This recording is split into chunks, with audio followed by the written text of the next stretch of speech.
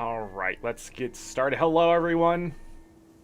I'm here, YouTube Cubes. I am here. How do I work this thing? I don't know. I woke up late today. That's why we're so late. That's it. No excuse. If that is an excuse, I'll take it. Waking up late. I just can't seem to fall asleep. I think it's just because it's so warm. Like, so warm, it's almost humid. Been rainy here and stuff like that, and so the sun isn't out and things like that, and just can't fall asleep until like 5 a.m. and then I don't wake up until like 12:15. And so yesterday it was almost noon when I got up yesterday, and that put me further behind. But today we're even further behind because I woke up even later. So Ada, hello, welcome. Yes, thank you. We'll try to get to fishing today. I'm not promising anything. Last night, if you saw on the Discord, I posted up, I think, my 1 hour point. I forgot to post up the second hour or take a screen grab of that.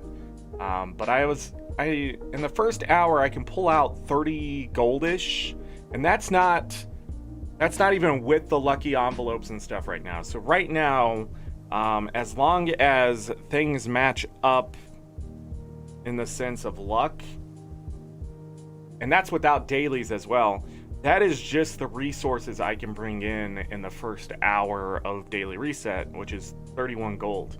Now, it's not always going to be that way. That was towards the high end, but not the highest it could have been. I think it could have been like 36 gold, but it can be as low as 22. So we did get past like the halfway point there of what it could have been. And so, yeah. Get your second wind at 9 p.m. My brain just goes sometimes. It just goes. And especially when the temperature, when it stays cold, I get tired, I fall asleep. It's when the temperature is like cold and then warm and then hot. Like, yeah. And with Lucky sleeping in my bed, like, even he can't be in the under the covers right now because it gets so hot in my room for some reason. And it's so funny, my heat in this room is turned down the lowest, like 55. I'm looking at it right now. 55, 50, 56, somewhere around there. I think it's just a little bit above. That's where I have my heat set and hasn't turned on most of the winter.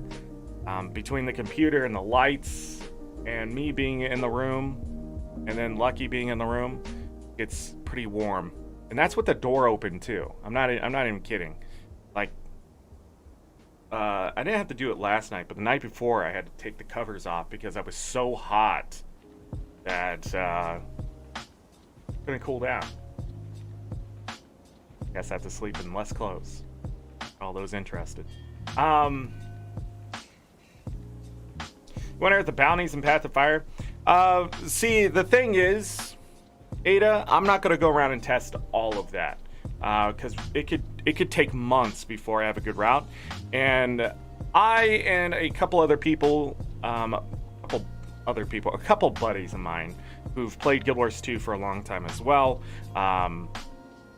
Some of you might know one of them, but I'm not going to drop names and stuff like that. We did a little bit of calculation, and as projected, I need to play about 180 days of Guild Wars 2 with my trajectory right now. Trajectory? I can't say that word. I don't even know why I tried. But anyways, with the momentum I have and the gold I'm making, it would only take 180 days. 150 to 180 days is actually the calculation. And at max, 220 days this year to finish 14 legendary weapons. As long as I got my Ascended stuff done too. That's it.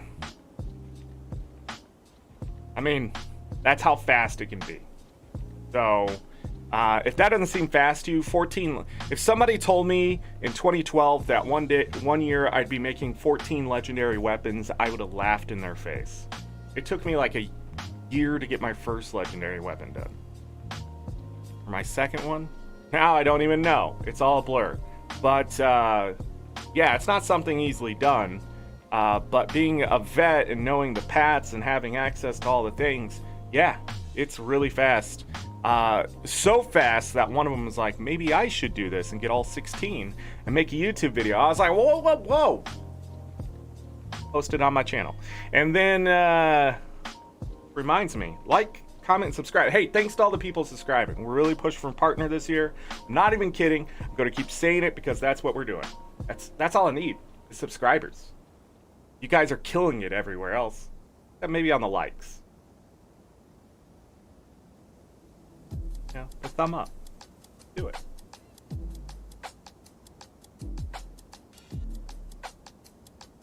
Like dating. Remember the first one, but not the second? I don't remember any of them. Dang! Got him. You weren't here yesterday? We killed it on the money. Killed it. My account value starting today, at least for liquid gold. Remember, that account value is just liquid gold. 8,720 gold. And we need to add 50 gold to that pile. Now, I'm not going to sell everything in my bank to reach that number. It's got to become a little more tedious than that. More tedious. My wife will be happy. Oh yeah, I'm married, aren't I? Dang! Got him again! Now. Will she be happy? That's quite the statement.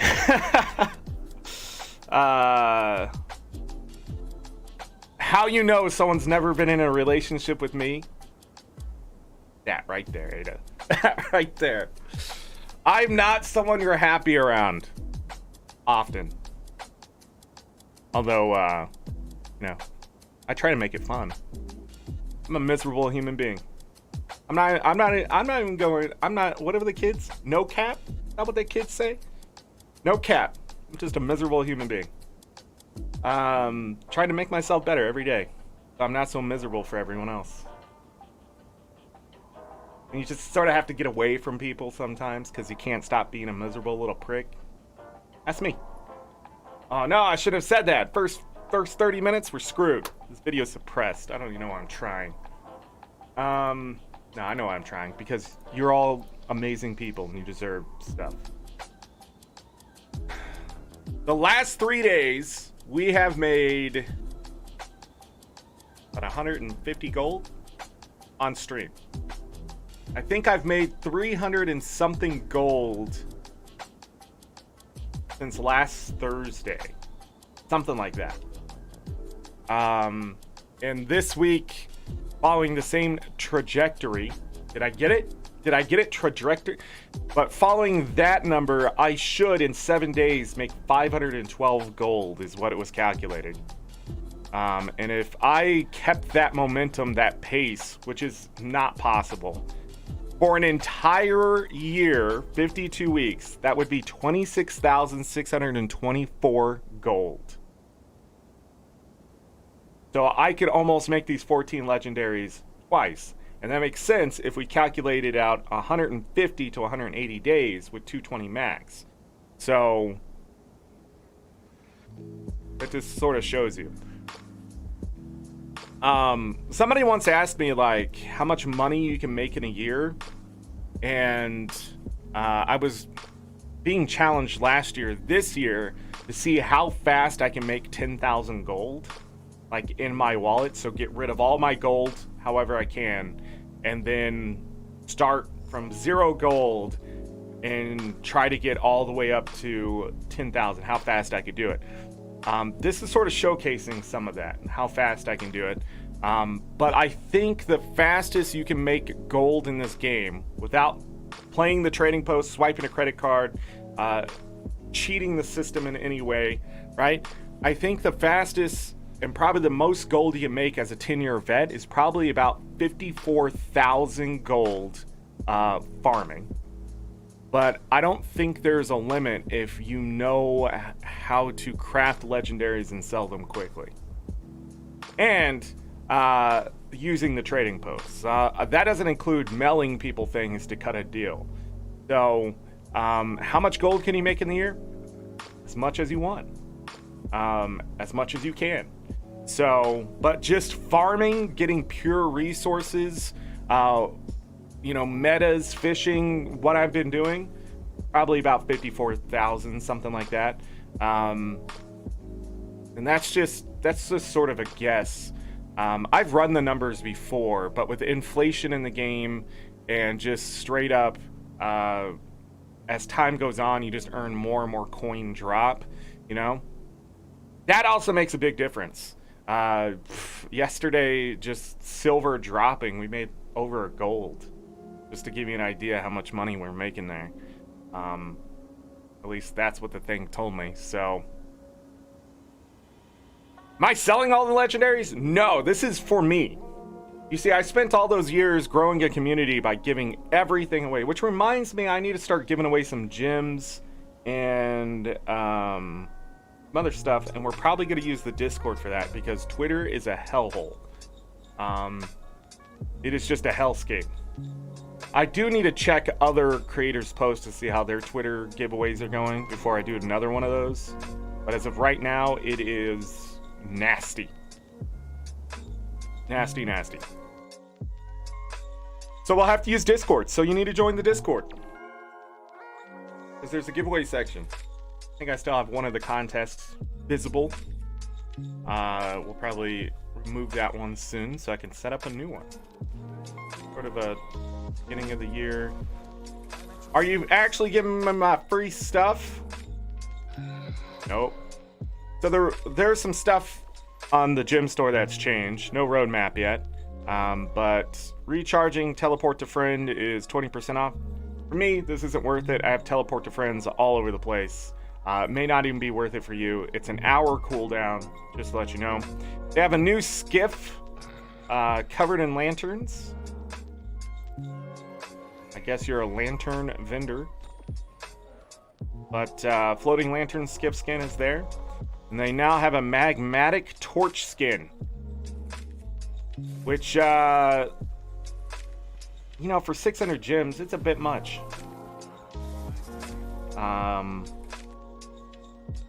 But I can't really show it off here the way it's a claw holding lava.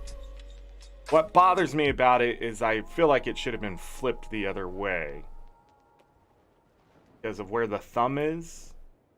So it's like, no, I guess that's right, but it just seems so weird. I don't know. I just don't like it, I guess. My brain can't comprehend. Some of the tools are on sale right now, all that going through. Character slots are still 20% off. And then storage expanders, which I can't show you here because I bought them all and they didn't add any more. ArenaNet, take my money, please. But those are also on sale. I think they're 20% off. Storage expanders, life convenience item of the year, always. Just so you know. The Lunar New Year stuff, the Imperial Crane is still there for 1,600 gems, which I think is a bit much, but they also have the Rabbit and Boot skins for 800 gems. I think all this stuff is pretty costly. But I always feel that way about the gem store, so that's why I'm waiting for discounts. Teleport to Friend has always been costly since it's come out. I think it should start at 600 gems for what it is. Yes, it can be used very well in certain circumstances, and you can really cheat things with Teleport to Friends, but they give you free ones in the game, so I just don't get it. The skiff skin, however, does look pretty great. But again, I don't understand the pricing. I'm not a well, I am not a cash cow, so I just don't understand their market at all. If one of the things that would change if I ever owned ArenaNet and NCSoft, because I'm pretty sure NCSoft gets a good chunk of this out of the store. That's how microtransactions usually pay off. Most of it goes to the publisher, but I don't know. Who knows? But the big thing is, if I own that kind of stuff, you would see 20% off right off the top immediately. I want more people to have access to things. Yeah, I want them to pay the money though, but I really want them to have access to it. And I think a lot of this pricing is living in some weird day and age that inflation hasn't even reached yet. And if the reason why this stuff is so expensive is because they're trying to play the inflation game, that's just capitalism doing its thing. Your chocolate bars don't need to be shrunk down in size and that kind of thing. It's usually packaging is what you need to save money on. They just do that because it saves them more money in the long run. And in the short term, they see a higher revenue spike because of it. They're always trying to beat their last number, and that's just not how things work in the world. You can only reach a certain number before it falls apart. And if you haven't seen in the world, I got bad news for you. That's what's happening.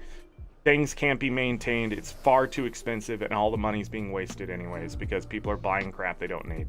Not really you, the rich people. Keep getting richer for no reason. Really, it should all be taken away from them because they can't handle it.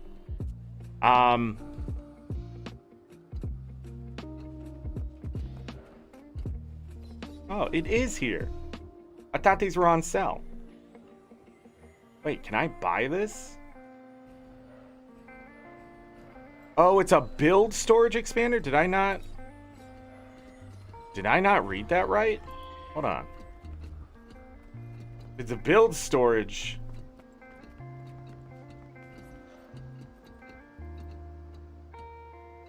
No, it says storage expander. I don't see anything about a build storage. So they must be just advertising this stuff for me. I think I still have one in my bank somewhere. Yeah, that kind of cash grab thing really... And then people went back to Arc DPS. That was funny too. But anyway, storage expanders. 20% off. Blackline contract boards. I think those can save you a lot of time and money. They're pretty expensive though. You're not going to get your money back for a long time.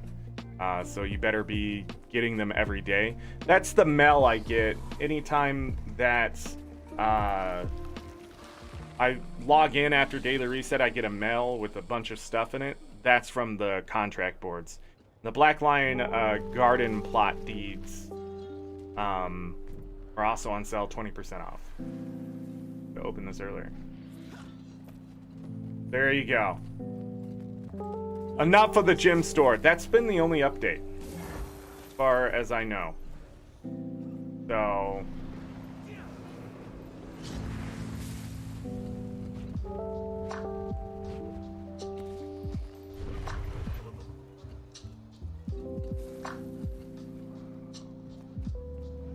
kind of look really quick. That's it. No roadmap. Sad.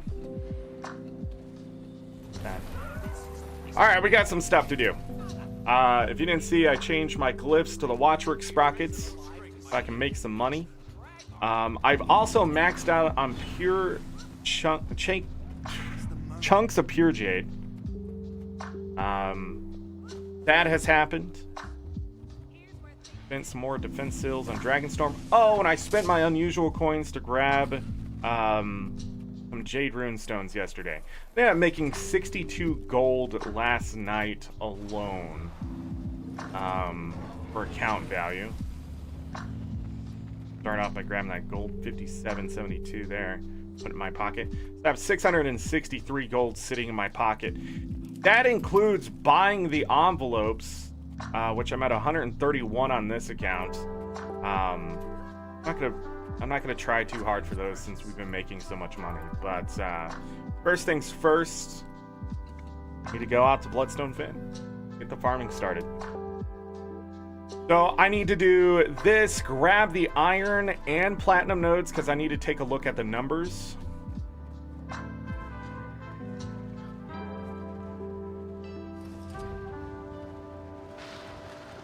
Gotta look off in the distance.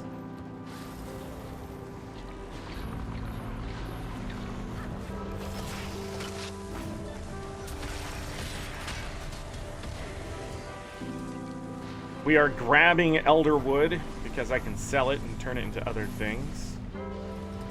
At 3 silver, 83 copper right there. So nice.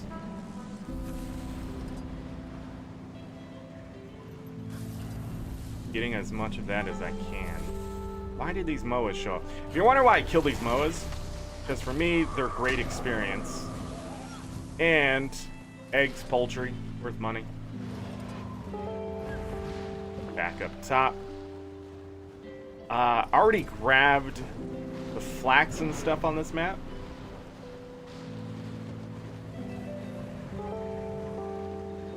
I think. I'll double check. I thought I did it last night, but maybe not. Got a vicious claw. Need to go down.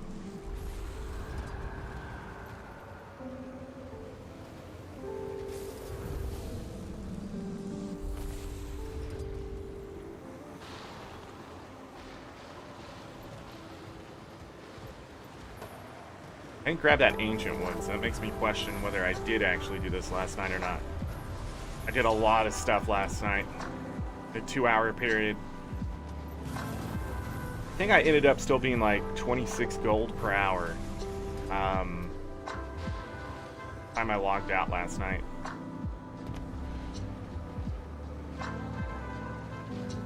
There's no jungle plant this side.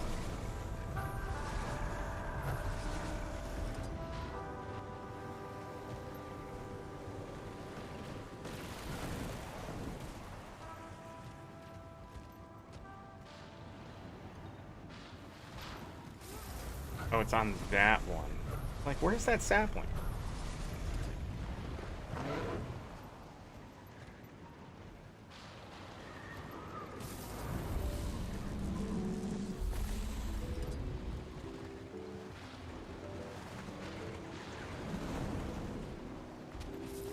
I did grab the flax last night. Good.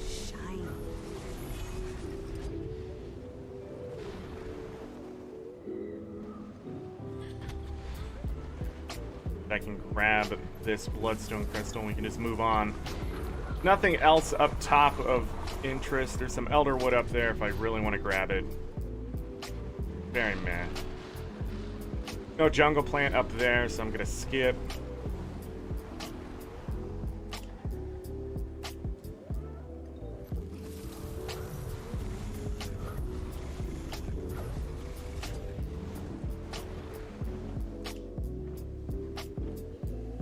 I did put the primers on my fishing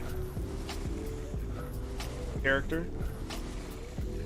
That was done. Already started one because I went and fished on that character while I was sitting on them.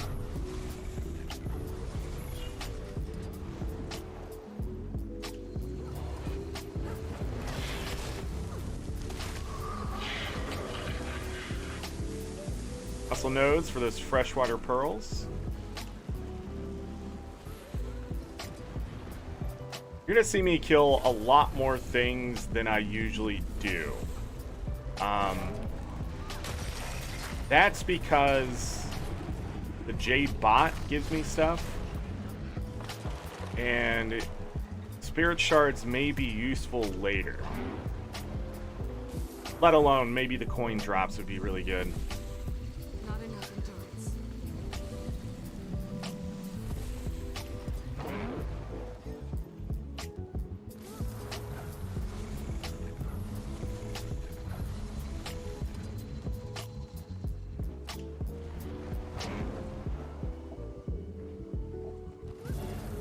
This one. Haven't lucked out yet. We're back to no luck versus great amount of luck we had yesterday.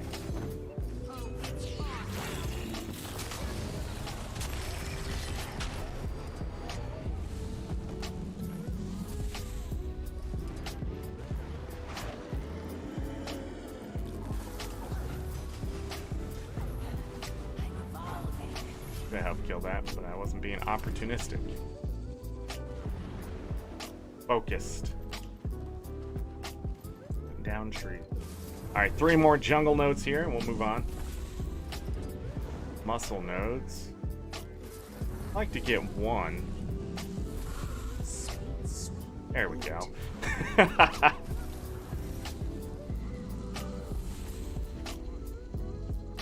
Alright, I'm going to go ahead and sell this. We'll quick sell it. I don't know if I've been able to sell all my stuff off the trading post. I haven't checked in a while.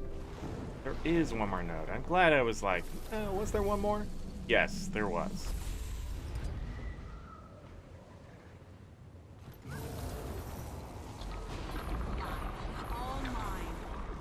Okay. So, muscle nodes. The map changed on me last night from muscle nodes, so...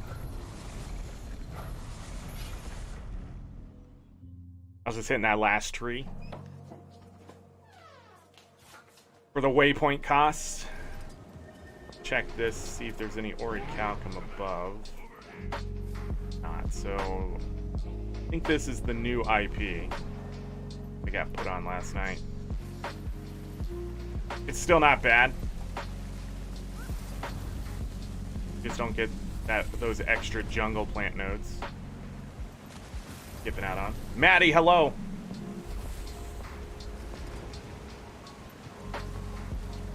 Yes, Ada brought that up. That is a great way to make money.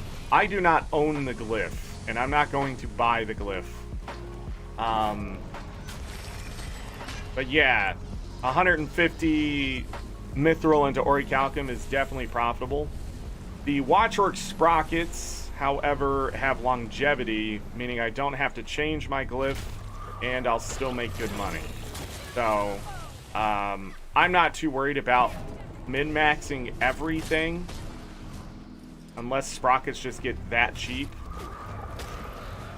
But as it stands right now, sprockets are just better for me. I can just hit everything. Because if you hit lower nodes, you may lose money. So, changing back and forth is just time consuming. Time is money. I have all the excuses not to min-max. Because sometimes min-maxing just takes too much effort. And I'm sort of showcasing that you do not have to play that hard to get results in this game.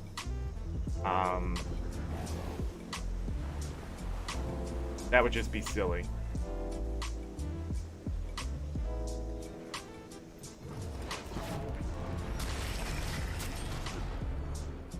Get away from my flax! Uh-oh. Hey, thanks for knocking me out of the way.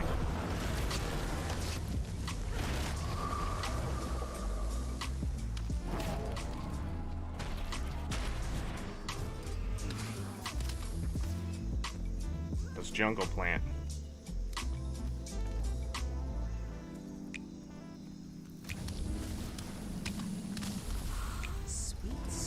High density mining areas. See, you can use it if you know you're going to be in an area, right? Like, you know where the nodes are, or you're going to a place to collect elder wood or something else. So, like, even having it here right now would not be a bad idea.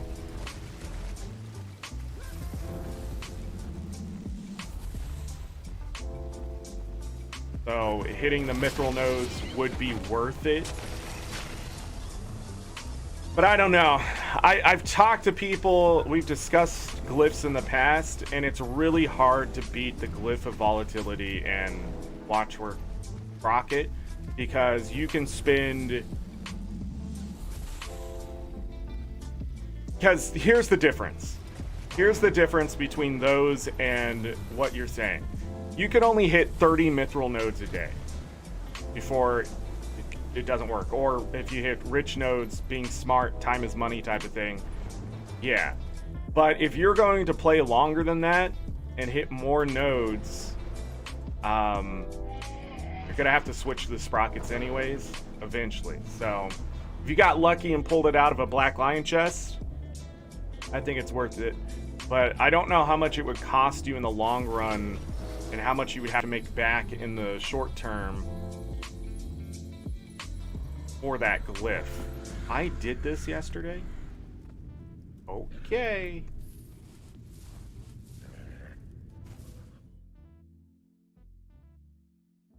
Bloodstone Fin and South Sun are awesome for it. But yeah, it's all mithril, right? You can also go to ore. But you should probably jump around to Sand Swept and those and hit the rich orichalcum veins. Not with the glyph on. Actually, I don't think it would upgrade it, right? I don't think anything would happen there. I hope not. That would be weird. Binary, hello. Sorry you're late. Sorry I was late.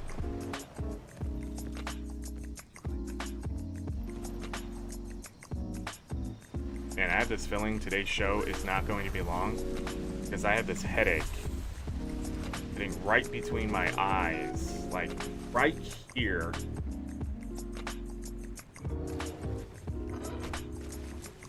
And it's making it hard to look at the screen. My left eye must be tired. Darn arthritis. That's what I'm blaming today.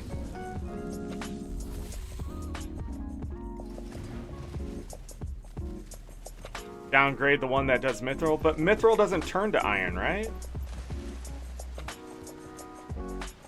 I don't know how those glyphs work. Jungle plant up there.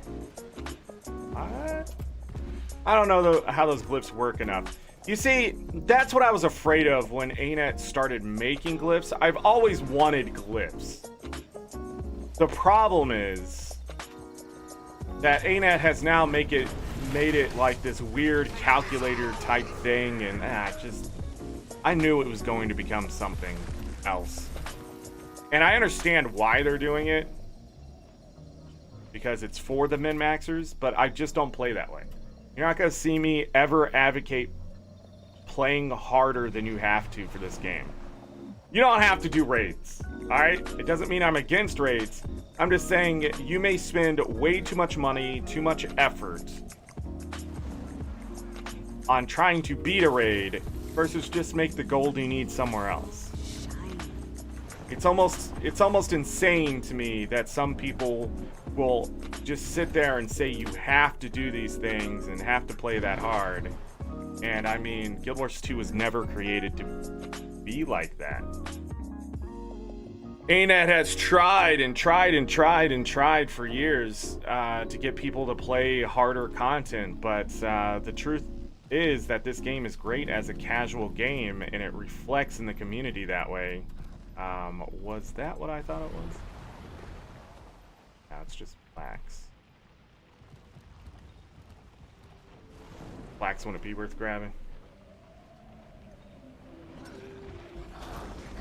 No, you're missing platinum. Are you thinking platinum?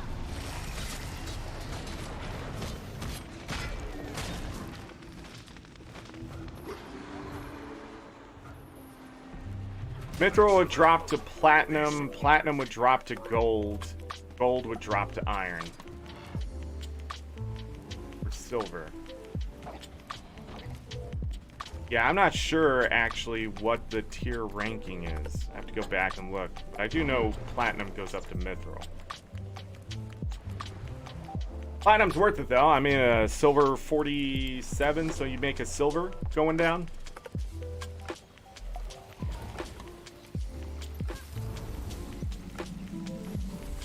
I'm assuming you're trading it on the trading post, but I guess if you made platinum dark steel or platinum bars, I don't know which one would be worth more at this point. I think dark steel.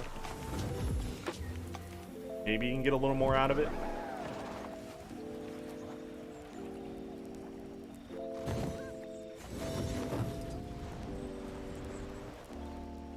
Okay. And then we need to hit our iron nodes.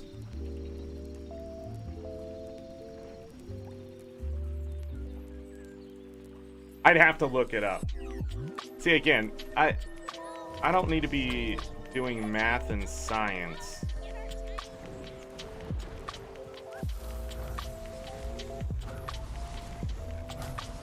I know players like that, though. The statisticians especially. Ones out there who grab all the data, consume it, do the math, and then send it out the door. Probably where I should go. In fact, I can tell you right now what the best glyphs are. Right now, through the data.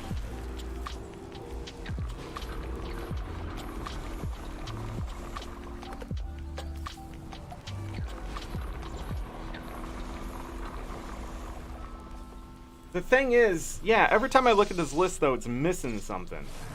But it goes Watch Night. Okay, Sickle is Volatility, Watch Night, Herbalist, Leatherworker. But the Glyph of Bounty isn't on here, which must mean there's something else. The Axe and Pick is Watch Night, Herbalist, Leatherworker, Forester, Scavenger, Volatility, Prospector, Unbound, then Tailor.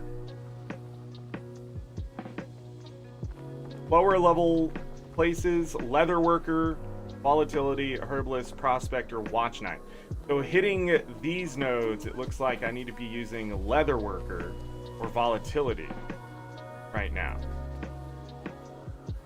Do you see the rabbit hole? Do you all see the rabbit hole? Like everything has a calculation. But I don't see alchemy, bounty, or anything else like that.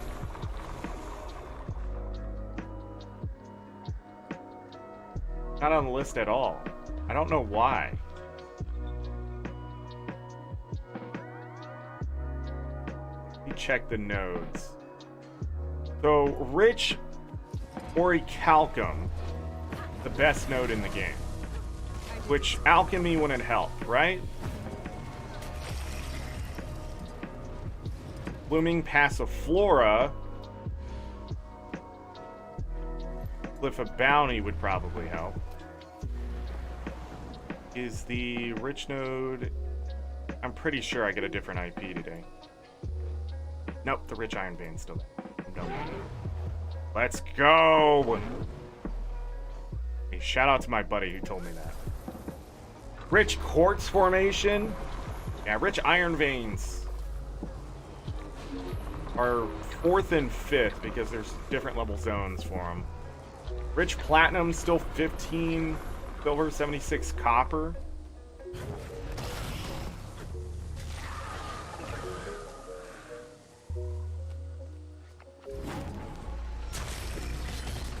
I didn't realize how low jungle plants were on the list. Rich Gold Vein.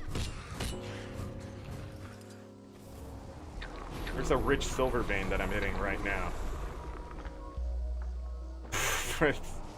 Under Rich Copper? Did I miss it?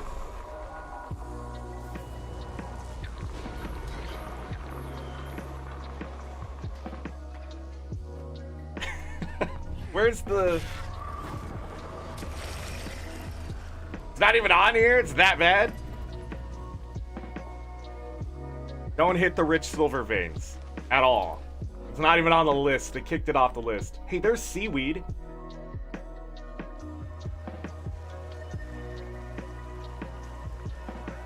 But anyways, yeah, I mean...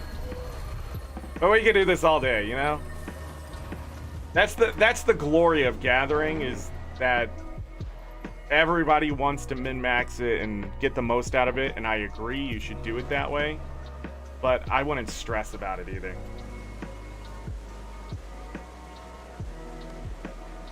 It might not be on the list because they might be pulling data. The Glyph of Alchemy. Yeah, 96 gold. That'd take some time to make up. Doesn't take too long though. 150, 3 gold. 32 days. 32 days, and then it'd start making profit. Trying to buy it as cheap as possible. So my guess is the Glyph of the Leatherworking here, the reason why they want that is the lower tier leather, which is worth more than the sprockets will ever be worth. That's not true. I've seen leather tank. Gotta do a full run. I gotta remember, full run. Hi, Sus, what's going on? How are you? Followed the farming routes from years ago. Bless your heart. They weren't even optimized. You know, like... I am not the best player in the game.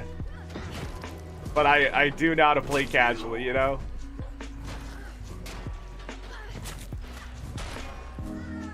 The bounty glyph is amazing.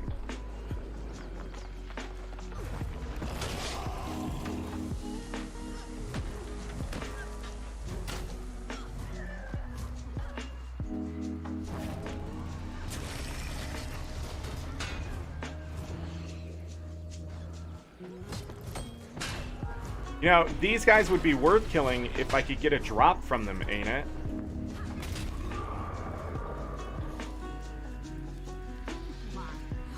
I can't believe I just went through all those enemies and didn't get a drop. But I guess this is a great way to showcase sort of diminishing returns on the account.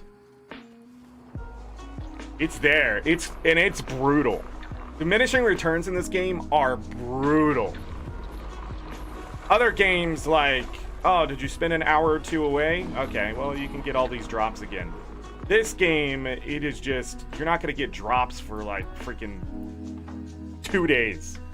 And then you'll start getting them again. Yes, when it comes to that,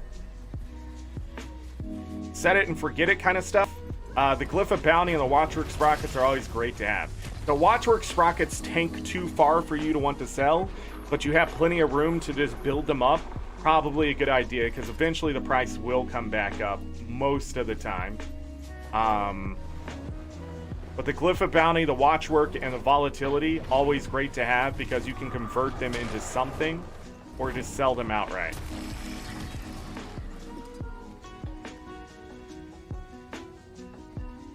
What am I in combat with? This phantom combat stuff that I keep getting myself into is extremely annoying. They need to fix this. I can't just be in combat with nothing, ArenaNet.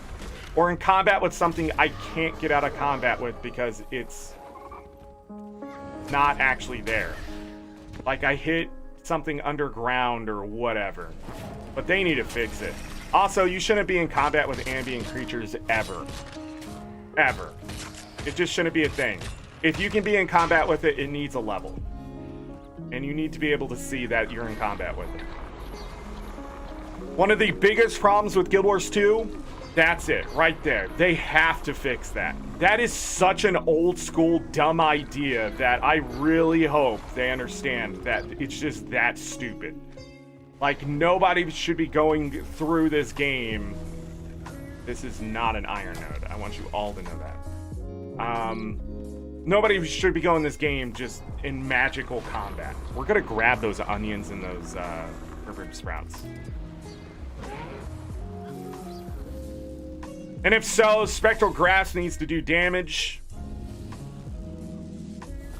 Also, I saw somebody showed me how to cheat with the ambient creatures too in Dragon's End, and I think that's hilarious.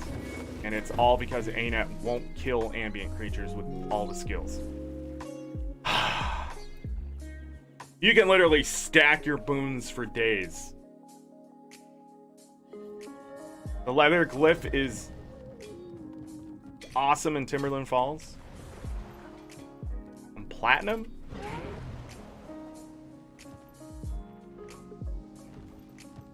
You get from platinum? Rugged? Yes, more come, yes.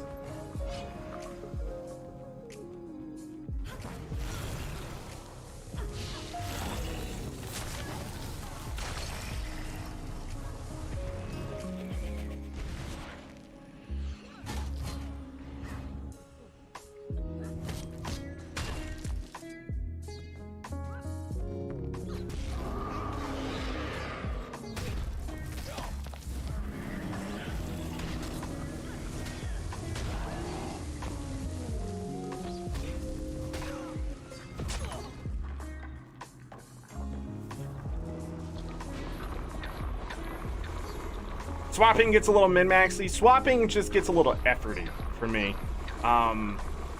Especially streaming. I have to answer questions and stuff. I might forget to swap and that kind of thing too. So that's really the reason I don't do it.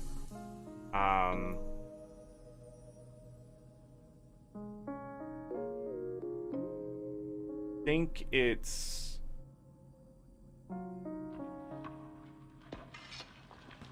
Snowden. No. Yeah, that's right. We're gonna come back all the way up and finish in Dredgeon. That's the route. Don't change your mind now, Zorric. Tell me those are onions. This nonsense. Hi. Why did that only hit one of you? What just happened there? Wasn't there like 20 enemies? I feel like I only killed 2 things.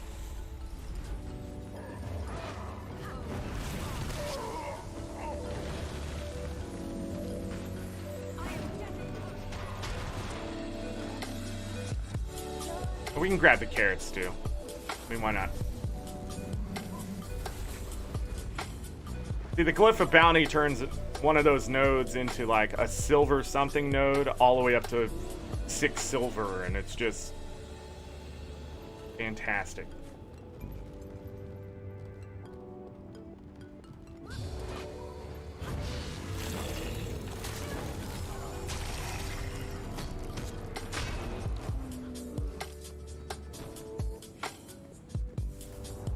You never know where your next precursor is gonna come from.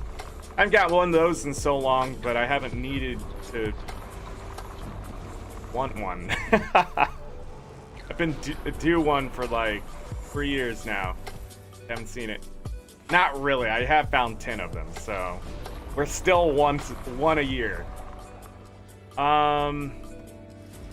Okay.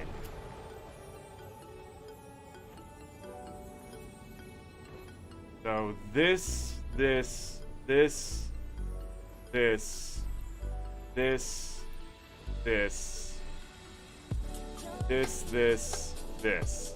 got it. Got the route. Let's do it. Combine to give up a permanent tool, get double the glyphs. That'd be pay to win. There's already enough pay to win in this game. When it comes to gathering. I mean, the glyphs are pay to win. Let's be honest. They came out with a Watchwork sprocket pick. The game changed. That's how I started making all my money.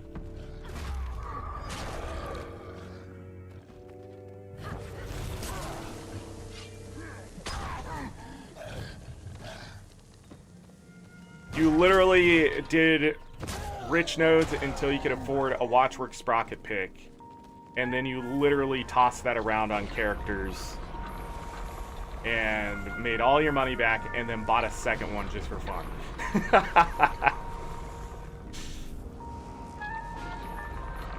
I think I do have 3 of the Watchwork sprocket picks. Cliffs. Where are you going, level 66 creatures that I should absolutely kill? That this one didn't give me anything? Not even experience? That was weird. Raspberry's not worth stopping for. Elderwood.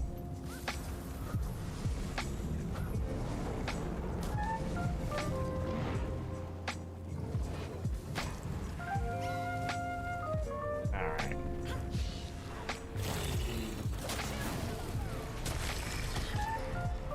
Killed those way too fast. I don't even know why I fought them.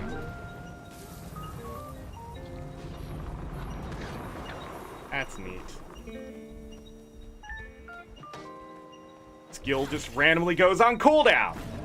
This game has a combat problem after all these years. ArenaNet has not improved the combat system. They keep adding stuff to the system, but they haven't actually improved it at all. That's what I would like to see changed in the next 3 years. An ornate rusted key. My God, we're in the money today.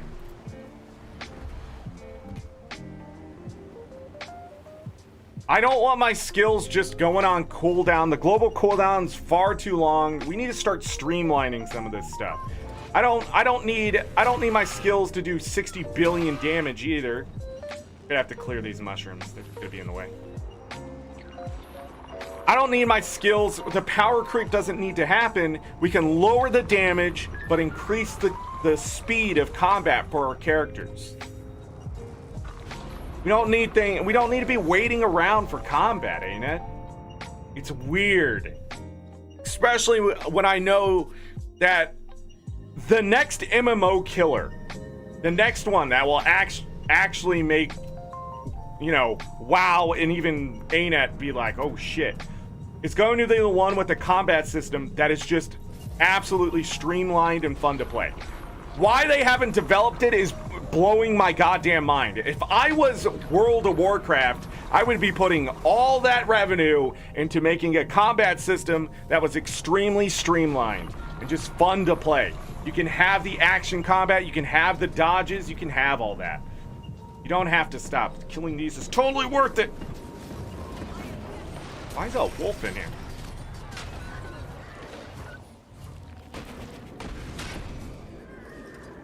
Where did you guys come from? It'd be worth it if they were actually dropping stuff. You know what isn't affected by diminishing returns? Not enough energy. See, that's what I should have been getting from all of them. You know what isn't affected by diminishing returns? The Jade bots. And I love it. Somebody ran up here to this chest and ran down and brought all that crap down there with them. That's what happened. I'll kill them. You don't want to kill them? I'll take the loot. Maddie, see you later. Thanks for being here. I appreciate it. Thanks for the conversation. Good luck on your farming. Thank you for watching the VODs.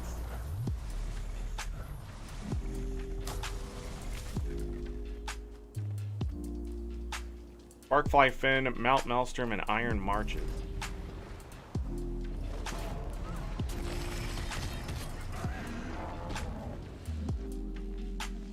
Oh, shiny. Oh, man. Why do you hit the extra nodes? Because of that right there. 20 silver.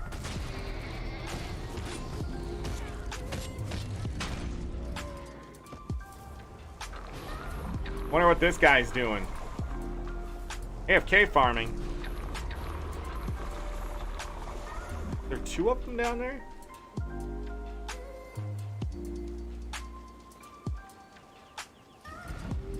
Wonder if they're trying to get the claws, because those obviously can't be farmed up enough. I'm gonna check for the extra platinum node that I didn't finish the first one.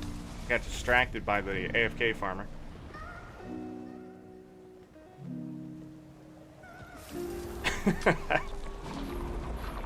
There we go.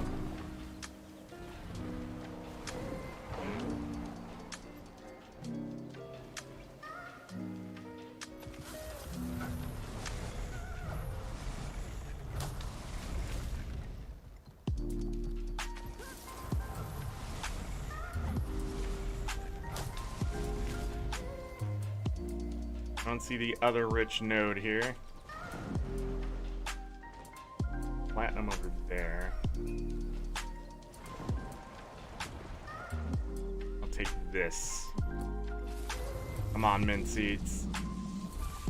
Yes! Galleons. Regular platinum. Okay. Moving on. Moving on. How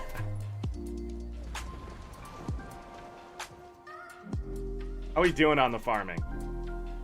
Not bad. 7 gold, 7.5 gold. The problem is I can't do my normal farming, so we're sort of stuck with this kind of stuff. 8 gold an hour, pretty average. Already made my 50 gold in a day, and it's easier to make gold after daily reset than it is to continue on. What I've learned is you lose about 10 to 20% of your gold per hour every hour that you play, unless you're going after things giving you like 2 2 to 4 gold. So like jumping in a strike mission and finishing it really quick for the weekly and that kind of stuff. That'll make you money. Okay, where are we going? Blaze Ridge. I don't even remember how to play this game right now. Be him. Be him. Behind. Alright, back to iron. No. Come here. All of you.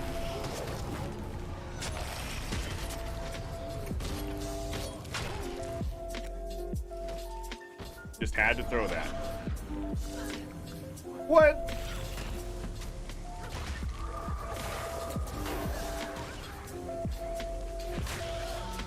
I got a scale. And I'm poisoned.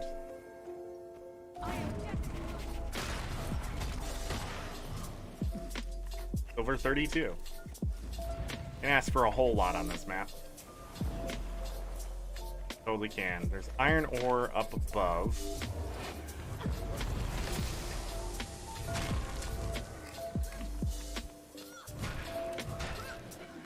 Wonder how much is below.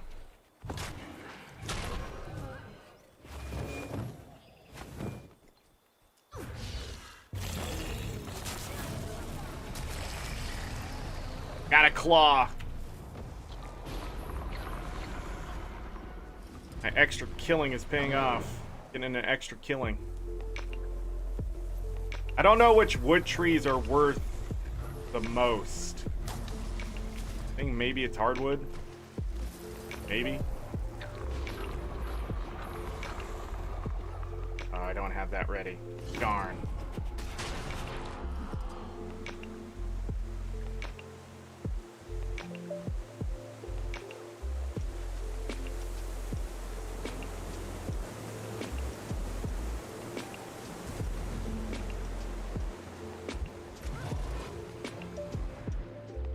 Funny enough, I'm faster in the water than I am on land.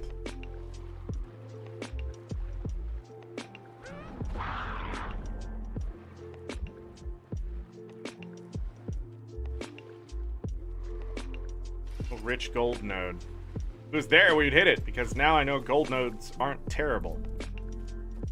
Quite profitable. For some reason.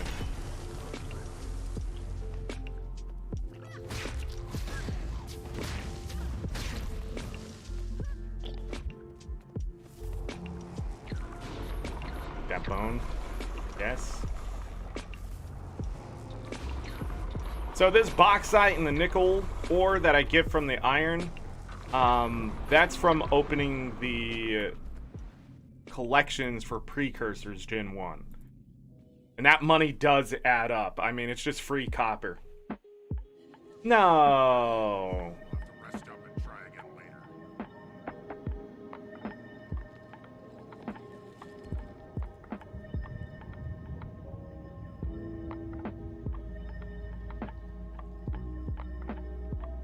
Alright.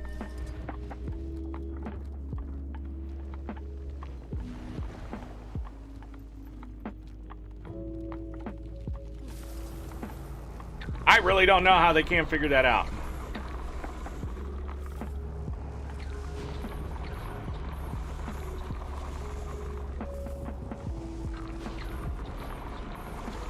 I like how they call these mortar shells and they're actual mortars. It's regular iron ore. Dang. New IP on that. Stifling. Stifling!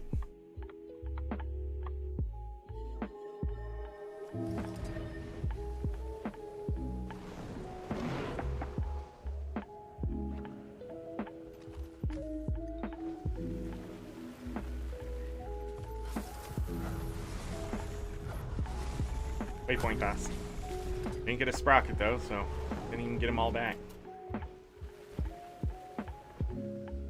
No rich platinum there. Always worth checking.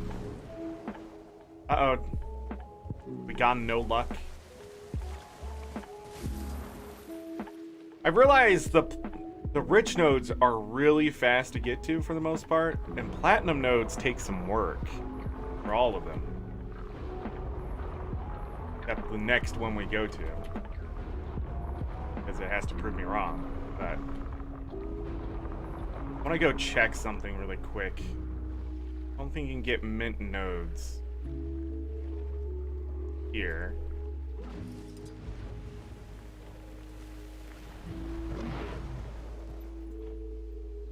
Or mint seeds, sorry, not nodes. Doesn't make sense. Yeah, it's clove. Clove and sesame. Look at all this.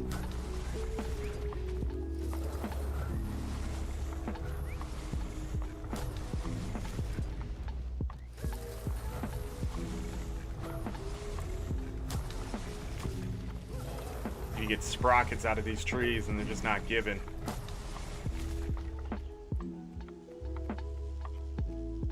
Heston. I can't believe I've reported these nodes and they're still broken.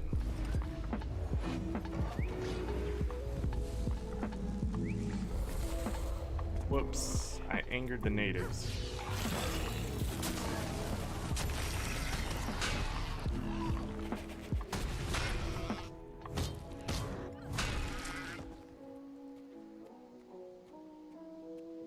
And they died. Didn't even get meat from them. Missed one. Did I not finish it? What am I in combat with? A spark fly?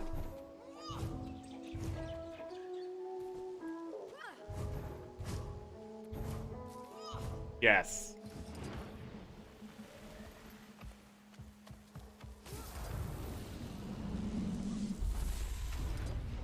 You need to make a bigger stink about that. Getting into combat.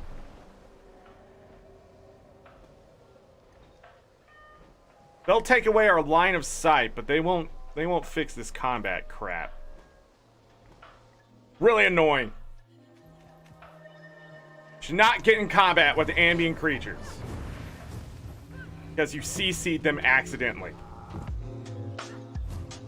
I don't care if it breaks the game at this point because it's so broken. Just over it.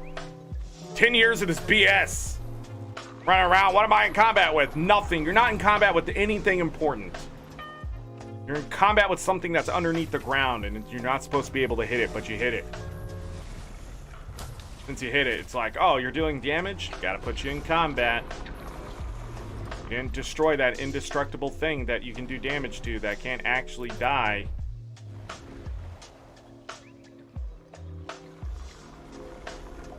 The other rich platinum node is there.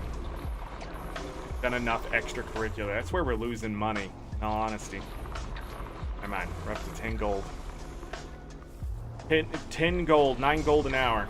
Going up.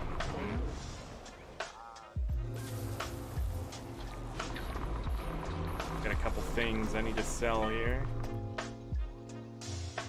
Okay, where's the platinum? Where's the platinum? That's 97 watchwork sprockets. There it is. We're not going to get as much platinum as we're going to get iron, I think. No rich node. I'll grab this consolation prize and we're going to go. Sparkfly. Sparkfly.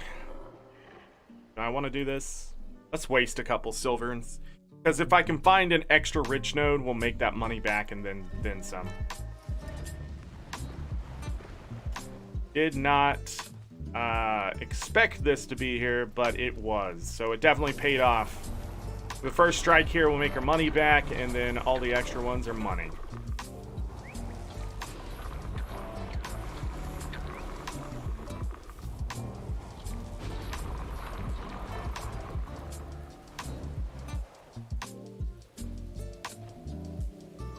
This.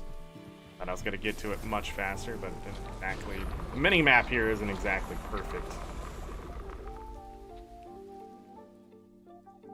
And I'll travel north, so the cost of waypointing will be less.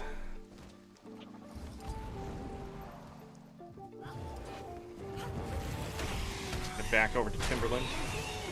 Got some thick blood and a magic trophy. You'll love to see it. The 18 magic trophy. There's a lot of bags I need to open up.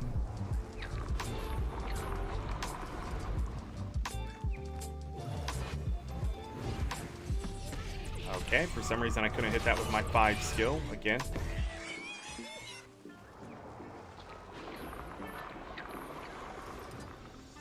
Go north here. Nothing in the village.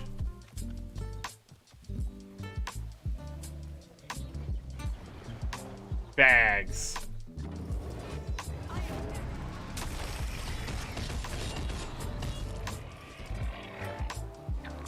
Probably go ahead and open these. Not bad. We even got a tier 6 mat out of it.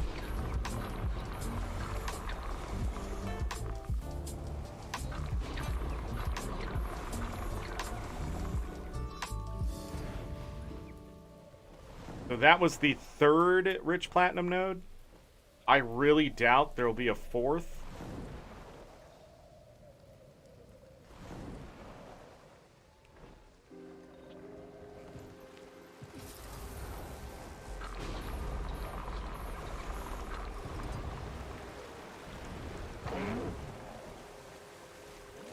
I can't remember. I don't think it's possible there's a 4th. I'd need to switch IPs.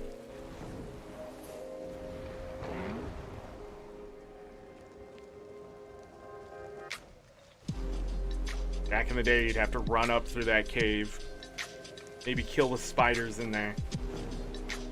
Final location would be out here in the water. Like, yeah, that looks a little too far north. Man, 4 rich nodes on this map would have just been amazing. Alright, over to Timberland. We need to actually start here. It's going to be cheaper to start at this waypoint.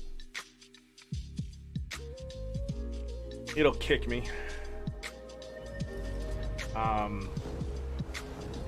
to go to the one north of it. This one's always contested. But I usually start at Gentle River waypoint in this day and age. But this route, I don't have to do that anymore.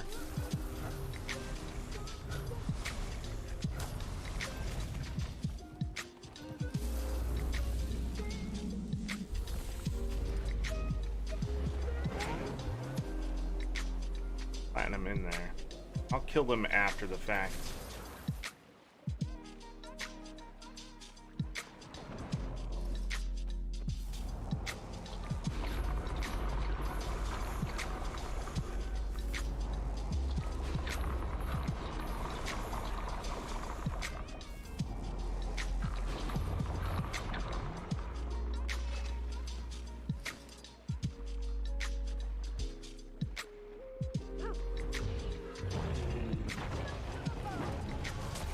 Grab the one behind me.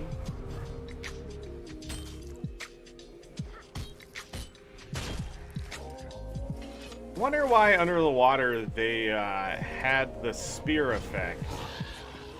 Oh, looks like we have an AFK farmer here.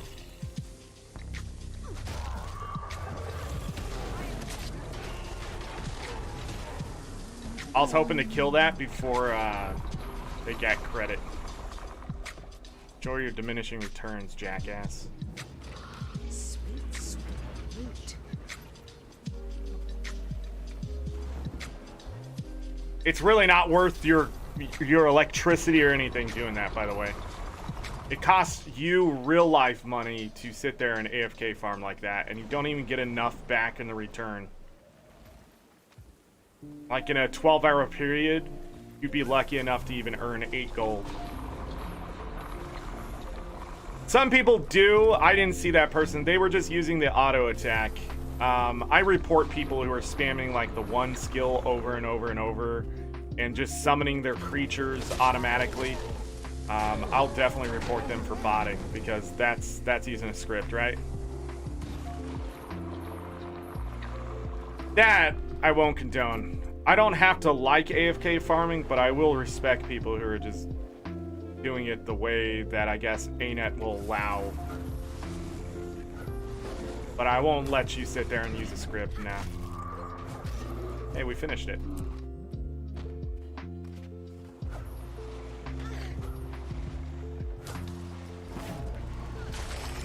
Getting distracted here.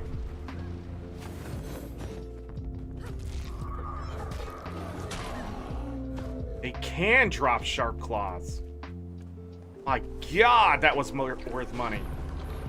That right there, 4 to 5 silver. Worth a platinum node. I got the sunstone lump.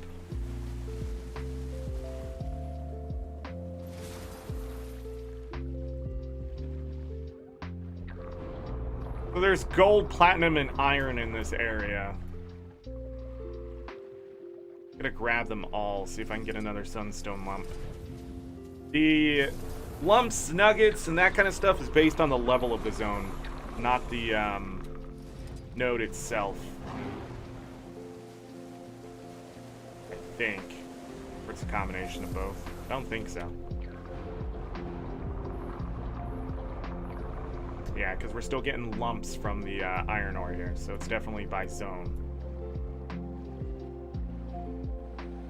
Whirl. And we'll end up in Dredge Hunt for some more iron. Undetectable scripts. It's really hard to get away with cheating in this day and age. I'm gonna tell you why.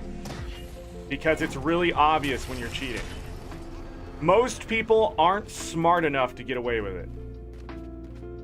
And if you are dumb enough to cheat, you're usually not smart enough to get away with it. So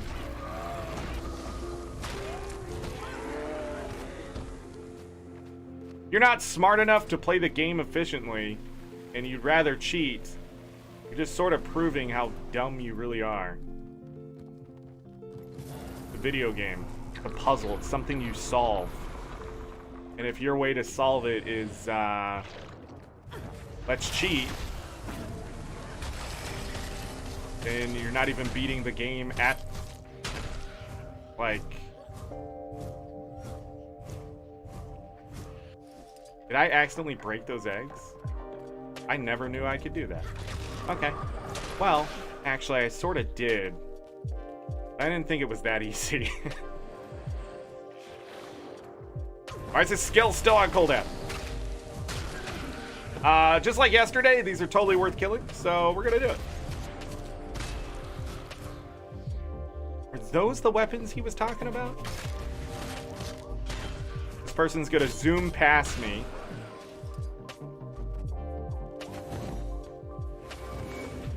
I need to hurry up so they don't kill this vet before I do. You fucking prick.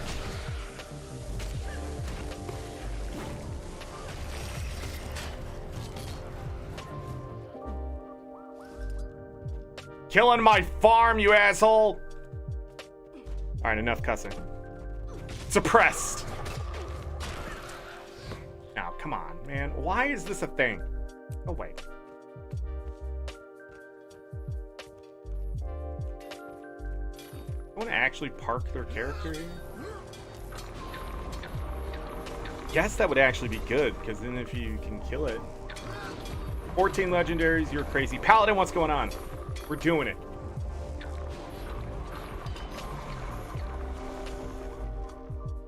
Oh, quality of life script? I mean, what does that mean? What do you mean by quality of life script?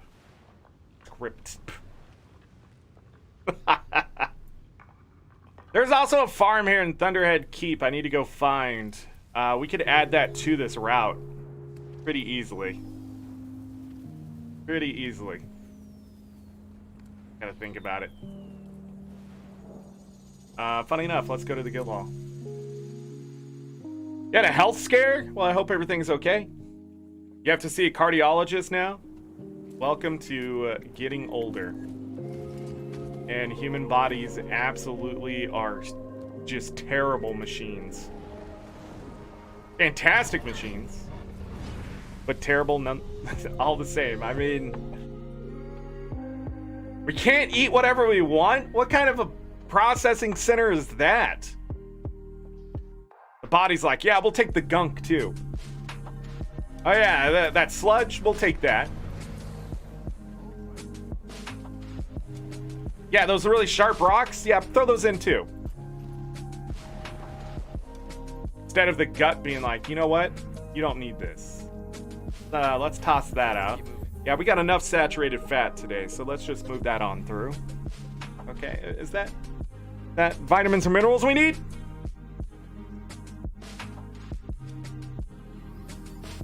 You had a cardiac event? Is it palpitations?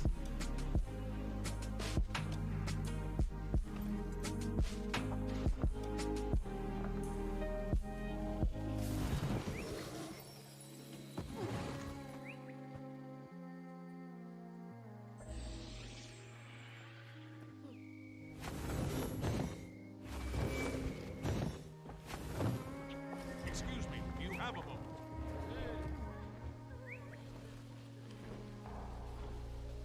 I don't know if you want to answer this, but I can't remember. I don't think so, and I really hope not. But if you had COVID, if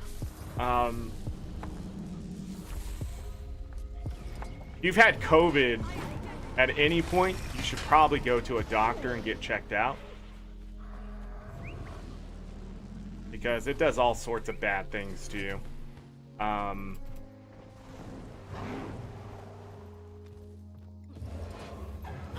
Especially to your heart. The inflammation builds up around your heart. Your heart can't get as much oxygen as it usually does. Your heart needs oxygen. So your lungs and heart work very close together, and COVID restricts both of those things. And it could have done damage. So going to a doctor is a genius move. Of course you had a CC effect. Should have known this. That's not a CC though? Big giant swing of the tentacles? Okay, fair enough.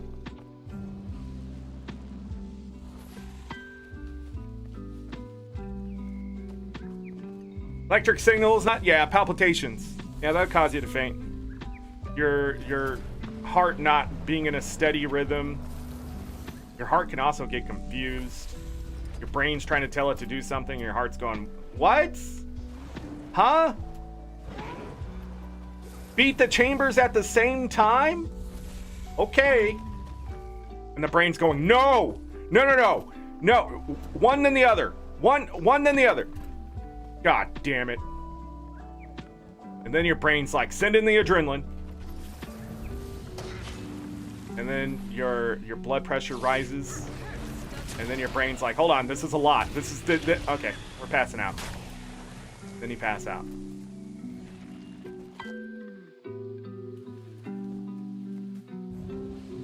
Echocardiogram? Welcome to my life. Yeah, they'll figure it out. Hopefully it's just something mundane, like Wolff-Parkinson-White syndrome. That's what I have. For years, I went to the doctor because of heart pains and stuff like that, and they wanted to do this like surgery because I have this extra nerve that goes down the heart, and it sends an extra signal sometimes. And the heart can only pump so much. So the cells pump, and the signal goes, pump again, and it can't. And so my brain interprets that as pain. Something's wrong here, because your heart can't do what it needs to do. I ended up getting chest pains when I got older. When I was younger, they could hear it. This is the chest I missed yesterday, by the way, everyone. They could hear the murmur is what they called it, but it turns out it was just my heart. The second heartbeat was so constricted that it made a squish sound. So it would do the normal heartbeat, then go every once in a while. You could hear the heart trying to compress more than it could. And it's not dangerous because your heart's meant to pump. So those cells are ready to compress and do their job. And that's all they're there for. It's an automatic system. You could pass out, but your heart keeps beating because those cells know to keep going. And the problem is when it gets an extra signal to beat again, and it can't, you know, when you get older, your brain starts to go, something ain't right here. So it converts it into pain. And so I was getting chest pains, and I, you know, like bad chest pains, like it felt like, you know, I couldn't catch my breath because the pain was there. And so I'd go there and all these people would always freak out and they'd be like, oh my God, you're having a heart attack. But then I finally got a doctor who really looked at it. And I even went into boot camp and they did the EKGs and all that kind of stuff. And they couldn't figure it out. They're like, well, there's something there, but we'll let you go die in combat. And so they didn't really care. But when I came back, I remember having the pains and I had to go to the doctor again. And I just remember the doctor being like, do you know what this is? And I'm like, no. And he was surprised no one at that point had caught it. After like 13 years of doctors looking at it. He's like, you have this. I'm gonna go send you to a specialist. So I go spend $144 to talk to this like doctor for 2 minutes. And what he wants to do is surgery immediately because he's looking dollar signs, cha-ching. And so he goes through this long process of telling me, like he's gonna go in, he's gonna take a laser, he's gonna burn the nerve away so it doesn't do that anymore. And then I'm like, oh, okay. And he goes, or you can just cough really hard. That's it. That's all I ever had to do. Anytime I had chest pains, just cough really hard. Because the compression of my whole chest would stop sending the extra signal. The signal would be in sync. That's it. That's all I had to do. All those years. All the chest pain, going to the doctor, spending tons of money, trying to get them to figure it out. Almost being kicked out of boot camp for that. Like, all of that, right?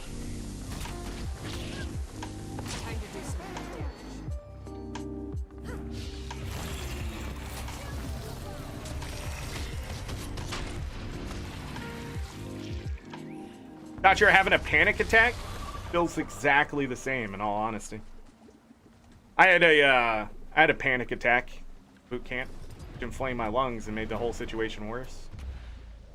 That's why they checked my heart.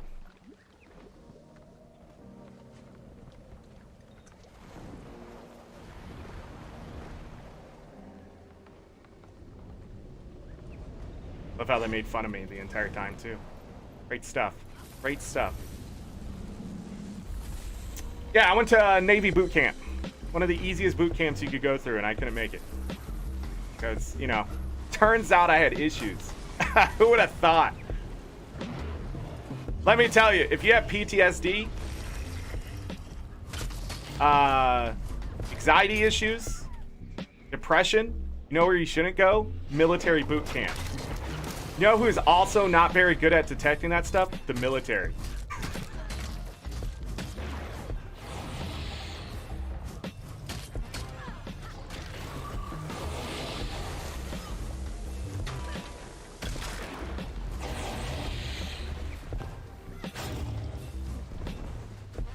Yeah, it turns out I was suffering from a lot of stuff. Because, you know, processing emotions? Repressing memories? No, nobody does that. Telltale signs of PTSD and... You know, someone who's been yelled at their entire lives and abused and beaten. You know what the greatest thing to send them to? A place where they abuse and yell at you and treat you like shit. Great place to go. Great idea, Zorric. Let's go to boot camp. But I had a panic attack. Then I went to therapy, and then the therapist explained, yeah, you shouldn't have done all those things. I understand you're trying to live, but you gotta process, like, and that led to me physically running my head into a wall because my brain could not shut off. It was just everything. Everything just kept snowballing forward. Eventually, it just reached that point of no return. And then your brain just sort of breaks. It thinks things are happening that's not happening. It starts to go to defense mode. It has to err on the side of caution, so everything's a danger. You get paranoid and all sorts of crap. That's why you should go to therapy. Anytime you feel like you're not okay, I highly suggest going and talking to someone professionally, finding a good fit and figuring out why you are doing the things you are doing or why your brain reacts the way it does, and you're going to be surprised. Most of the time, your brain is smarter than you and has automatic triggers and systems to keep you alive and safe. Although you're not going to feel alive and safe. You're going to feel trapped and dying. Because your brain's not going to let you function. And I laugh because I went through it for years before I got therapy. And then now I can laugh because it was so dumb that I was sitting there thinking I could beat it on my own. Nah, just tough it out. You know, when you're growing up, like, oh, just tough it out. You'll be all right. Those chest pains? You're fine. Just get right through it. Get in the hard work. You'll get it done. You just push them down deep? That could be... You could have had a panic attack. If you go and get that echo thing, you know what I'm trying to say. If you go and you, they don't find anything, go to therapy. You're going to find out your brain will do stupid crap to your body. I had no body fat because my brain was working that hard. I just want you all to know. Like, I was a $155 for years. All the way until I finally had my mental break, and they literally stopped my brain with antipsychotics. Like, I would burn so much energy, I could eat whatever I wanted. Like, I was eating so much. In fact, I would eat so much of what I wanted, like 3,000, 4,000 calories, it would all burn away. And my body was so fast to metabolize things for calories that it wasn't getting enough minerals. Like, my thumbnail is like screwed over from not getting enough calcium and stuff. Like, this one has a split in it on this hand. So I have to keep the nail cut very short because it's not a full nail like you would think of. So the damage is just there. That was because my body literally was just not able to process food correctly. And then after taking the antipsychotics, the blooming one is over here. Okay. The antipsychotics, my metabolism could finally slow down because my brain didn't need all that energy. Even to this day, the reason why I don't balloon to 300 pounds with the amount of food I eat is because my brain is just, let's go, let's do it. We're thinking. On and on and on. It always surprises me when people are like, I never dream. I dream all the time. My brain don't shut off. What are we going through today? Princess is in another castle. And don't worry about me. I've processed things. Hot in here.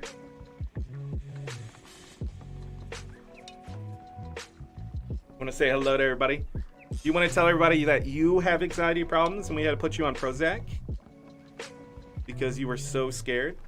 But now you're getting tough, aren't you? Getting grumpy. You're always telling us what you want, that you don't like something. I offended the crap out of him yesterday. So he gets this vitamin. It's about this big. So just to compare with his head, it's too big for him to chew. But sometimes I do give him the whole thing because he does like to chew on something like a bone. But I haven't done it in a long time. So yesterday I was feeling a little lazy, so I tossed it onto his little blanket on the ground where I put his food. And he sniffed and he didn't see it. He was looking for the pieces. I usually break it up in about 8 or more pieces. And yesterday he was sniffing for it and I kept pointing at it. I was like, there it is. there it is, you know? And he finally sniffed it and he figured out, oh, it's in a whole piece. But as soon as he saw it was a whole piece, he whipped his head towards me and gave me the biggest side eye. Like, how dare you not break this up for me? He was so mad. It was so funny though. He's just, because he loves food. You got to think he loves food. For him to pause and not start to eat it immediately, oh man, that was so funny. But he was like, he's like, no, you're not doing this again. You will break this up for me. What the heck?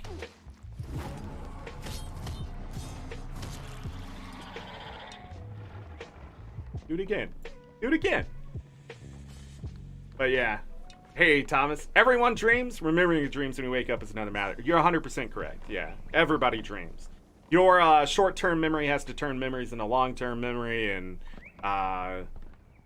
there's a lot to process. Your subconscious is working really hard to see, like, was there any danger today or yesterday or anything we didn't process?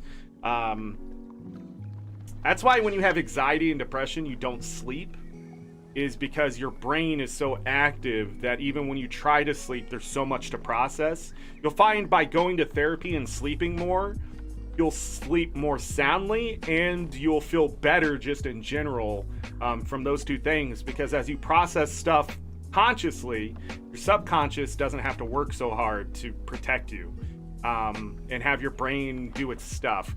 There's a couple books on this that I can't remember the title to right now. I should go look it up and put it on the Discord sometime. But you can actually learn and memorize and actually feel better by the way you sleep, and how to get your body to process situations, whether you're awake or asleep. It's really interesting. Because your subconscious will literally, while you sleep, go through everything you did that day. That's why we dream. It's processing, it's sending it. You can't move, hopefully, while you're dreaming.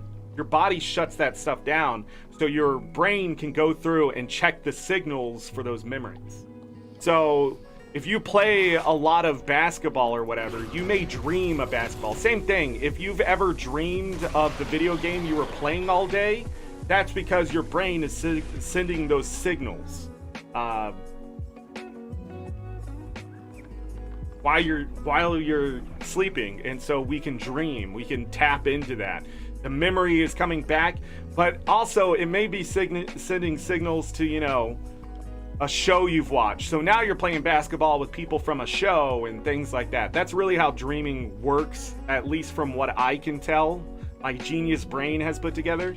But we'll never know unless we can actually go into a brain, see how the signals fire and what the cells represent for every bit of it. But it's much too fast and much too compact for us to ever probably check that effectively without some kind of light technology that can pierce through our brain without doing damage.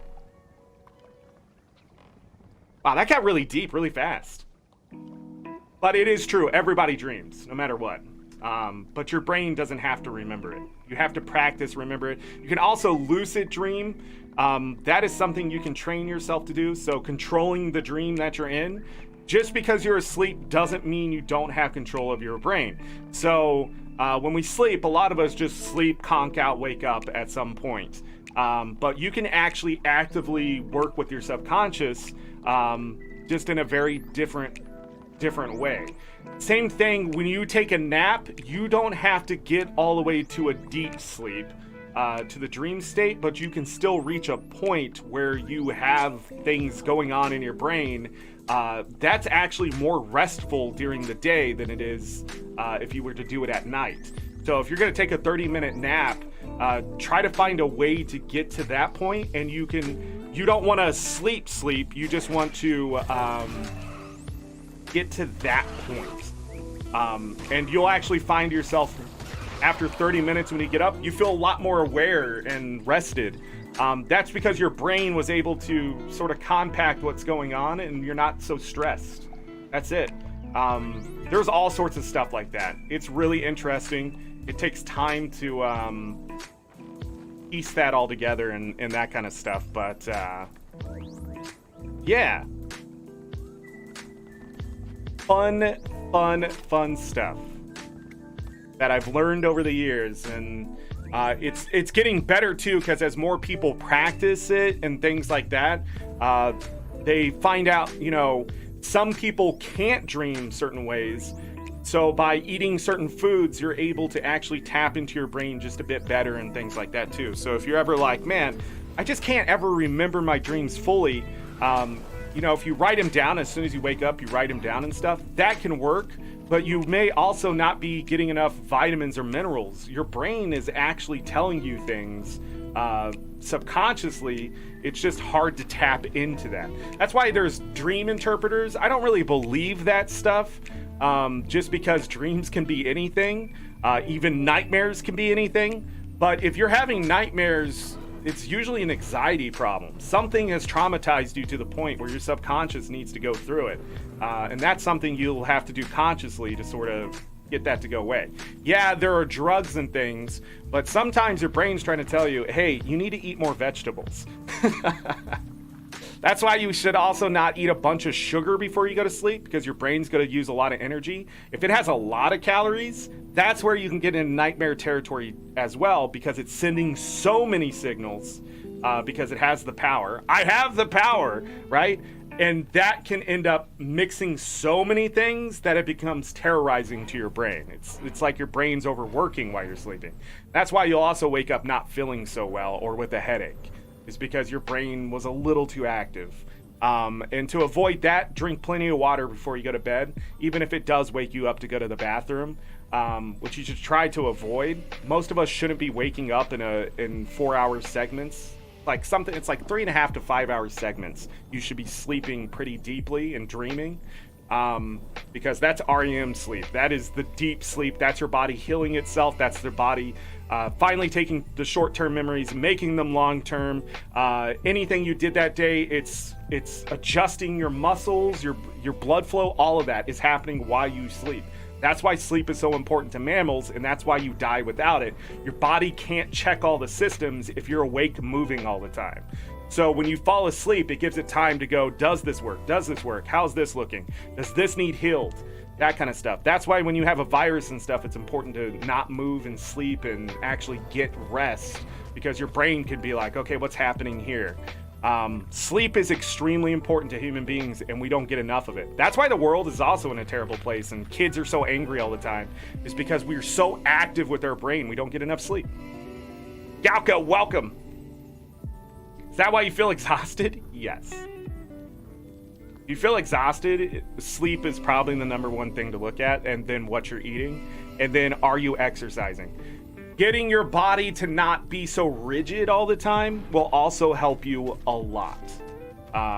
Your blood vessels and stuff will constrict over time, and then they begin to harden because they don't need that elasticity anymore, and your body's not going to waste energy maintaining it. So what you got to do is move, stretch, exercise, get the blood flowing, get those vessels to open back up, that kind of thing. A lot of diabetics out there, the reason why they lose toes and stuff is because those blood vessels constrict and things like that, and you're just not getting good blood flow. And so the main thing to do when you're diabetic is to move. But a lot of people who end up with diabetes just aren't exercising enough and eating too much of the bad stuff. And if you have a genetic predisposition, or the processed foods especially, those are terrible for you. You'll get diabetes because the insulin in your body isn't being produced correctly, and then the next thing you know, you're losing toes because you don't have that. So the main thing is to always have something causing the blood flow to get to where it is. And funny enough, the way blood flow works in your body is by having blood pressure. So constricting more of an area can actually get blood into an area that it hasn't been able to get into.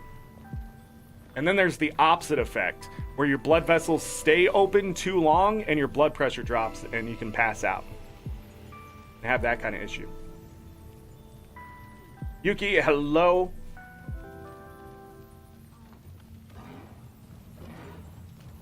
I don't go to bed, just greeting.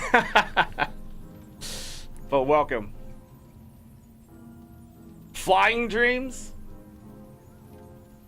Yeah. There are a couple other things when you're falling asleep. So there's explosion syndrome. When you're falling asleep, you hear a loud sound and it'll wake you up.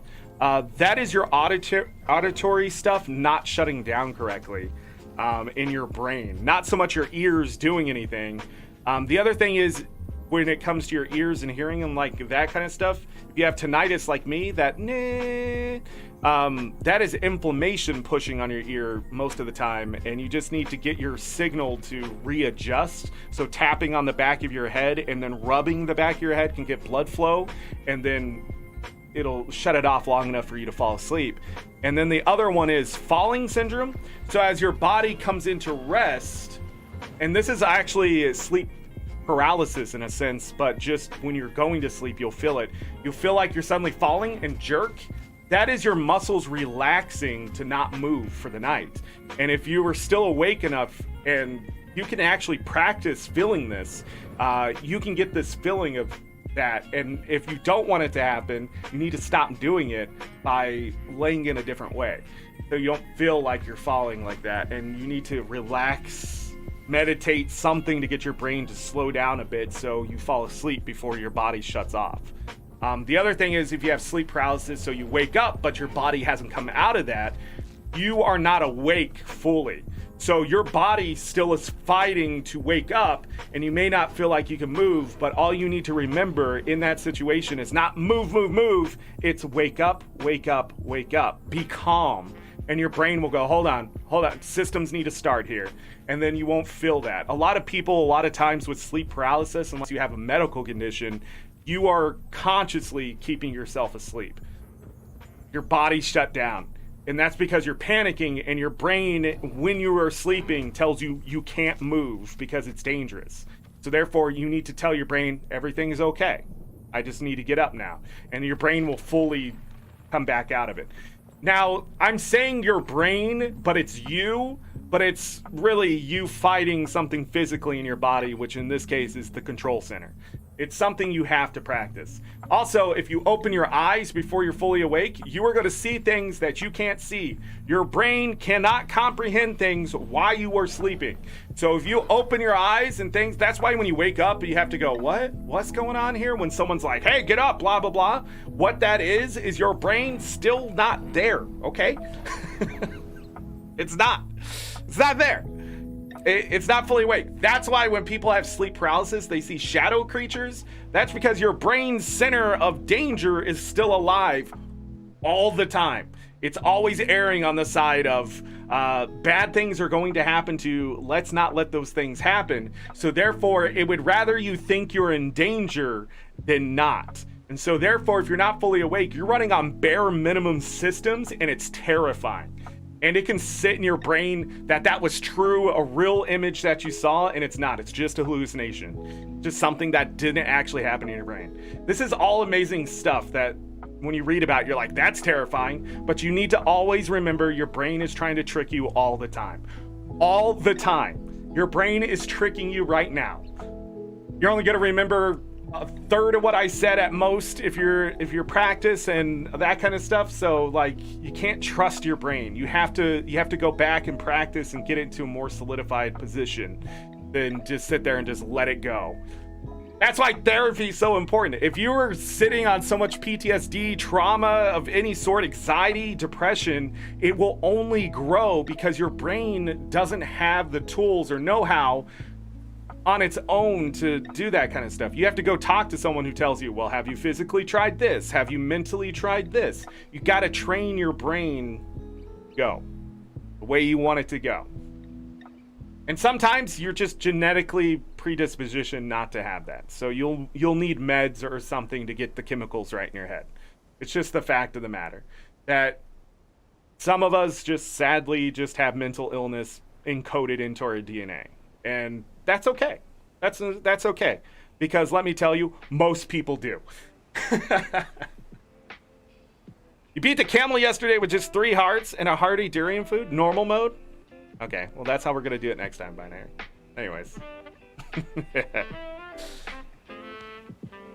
Wish I felt comfortable talking about things. It's not easy. That's why you just gotta... When I first went to therapy, so I hit rock bottom, right? I had a mental break, and they threw me in a mental institution.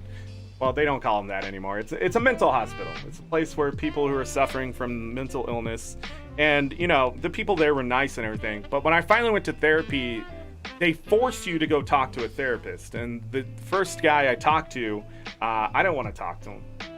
I didn't want to tell him I had problems. But the problem at that point was I had nothing to lose except my mind. And it was already going. So I just said, this is how I feel and this is my problem. This is why I did what I did. And he eventually, so from there, they hook you up with, you know, a long-term therapist. And when I finally went to the long-term therapist, she was able to sort of break through that stuff and be like, you know, you were suffering from this. And then they send you to a psychologist and psychiatrist. Which one is it? I don't know. The guy that gives you the meds. And I remember that old man looking at me like, what are these diagnoses? You just have anxiety and PTSD. Like, I remember that guy just being so casual, like, you don't have schizophrenia. That's insane. When you go to the hospital, they have this, like, prim and proper type thing. Get in front of him. It was obvious he had been around the block so many times that when I sat in front of him, he's like, you're young. Bad things have happened. You need to go talk to someone. And we're gonna keep you. It was so funny because he kept me on the antipsychotics because it kept me grounded, and that's what I needed in that moment. And then the therapist sort of broke through that, yeah, you got a lot of anxiety. And I had never felt the anxiety until I went to the mental hospital and they slowed my brain down. My brain was literally trying to run from anxiety. So when it finally caught me, the pills don't work. Like, if I was to take anti-anxiety meds today, my anxiety was so high at some point, and now that it's come down, that even taking those pills don't calm me down. Like, it doesn't bring me down any further because I just broke the ceiling and it just kept going. And so, like, I literally would ask for meds for my anxiety and nothing. Like, I still would feel the anxiety. And to this day, like, when I lived in North Dakota years ago, before I started streaming, like 7-8 years ago or something like that at this point, I had mental issues, so I had to go back and get therapy and stuff. And I remember the anxiety meds and taking one, and he goes, if one doesn't work, take two. And I remember taking two, nothing. So I had to deal with my anxiety by going through therapy. I had to work through PTSD again. Find out I had OCPD is what they were trying to hit me with, but it turns out it's just PTSD and anxiety just coming back and manifesting in my brain trying to protect itself again. But PTSD, I think, is the biggest killer of men in this day and age when it comes to why they do the things they do. Men especially, we get treated so poorly. And I'm not talking about like women being like, oh, look at the men or something like that. We are treated poorly by each other. So it's that dog eat dog world type thing, and it sits in you from your own father to your brothers to other men out there. We treat each other like shit because that's how society has told us that that's okay. It's not okay to be feminine. It's not okay to be that stuff. In this day and age, it's not okay to cry. You need to cry. Crying is a normal emotion. And if you did not cry the first 20-some years of your life, you're going to be crying at the stupidest shit after you go to therapy. You're going to be watching just a commercial, a freaking little snippet, short thing on Twitter, and it's just going to hit you. You're going to be like, oh my God, wow. That's really sad. And you don't know why. You don't know why. It just like comes out. You're like, why am I sad about these people helping this cat? Like,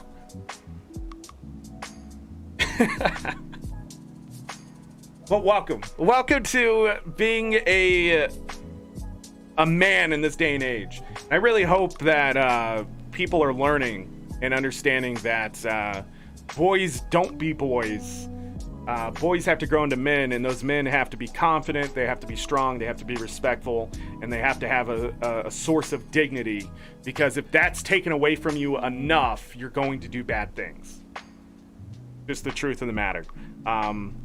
It's hard to hold a relationship if you're just being an asshole because society said you have to be to survive. And it's not fair. It's not fair, 100%. A lot of us didn't deserve that treatment, but we also need to get ourselves in a position not to treat other people that way. To recognize when our kids are hurting is more important now than ever.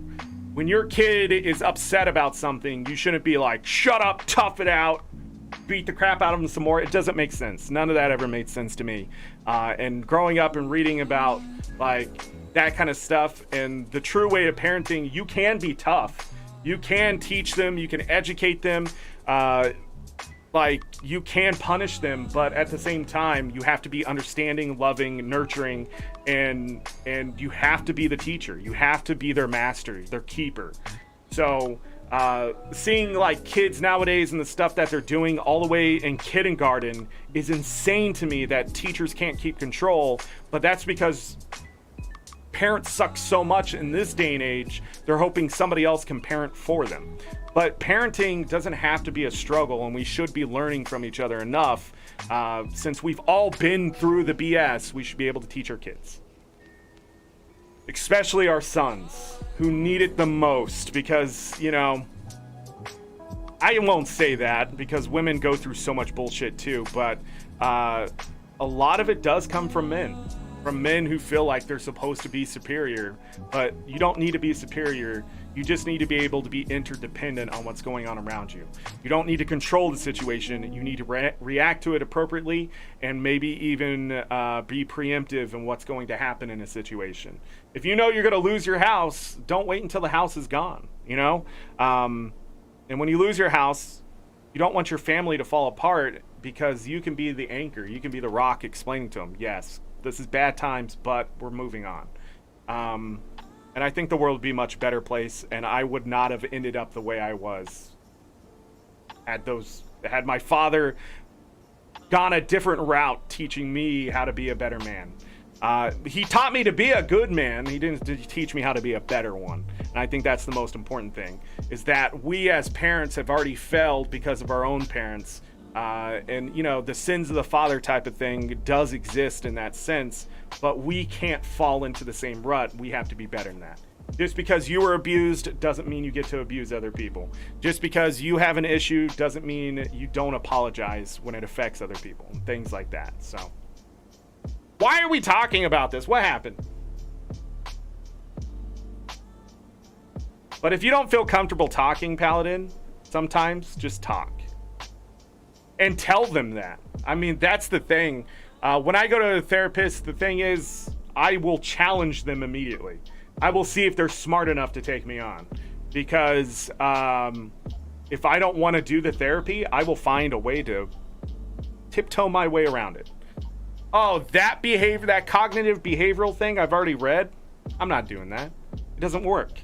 But the thing in that moment, when in that situation, the reason why they're telling me that is because it should work in that moment, in that situation, right? And that's on me. So, like, even when I went to get evaluated for ADHD, that therapist that, gosh, I forget his title at this point, but he told me, like, I should go back to therapy because there's so much stuff to work through, even now. But to make sure to tell them that I'm going to challenge them. I'm going to take them on mentally, because that's how I treat all people. If you are going to be a danger to me, my family, or friends, I'm going to get rid of you. That's it. That's how my brain works, because I've been through so much bullshit. And it's not fair to other people. It's not fair. Sometimes it's totally worth it, though. But that's how I always put myself in that position of, that person's dangerous, and I will stand in front of them and take them right on so nobody else has to. And I will win at all costs. I will destroy my own life to make sure they fail too. Because the world will be a better place. That's how I think. But yeah, when you go to therapy, That's what you should say. I don't really like talking about these things. And they, funny enough, they will get you to the point where you feel comfortable talking about those things. I just listen to my heartbeat and it's nice. Man, sometimes at night I can hear my heartbeat in my ear. Oh! It keeps me awake. It's so annoying. Especially if I'm having like a faster heart rate and then I'm like, man, am I okay? And then I start thinking like, am I medically okay? I hate doing that to myself. Boot camp happened? Oh yeah. It was something else that led to that though, right?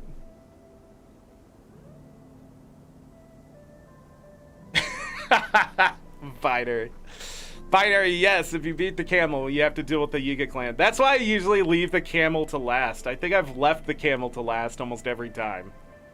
Except when we're doing a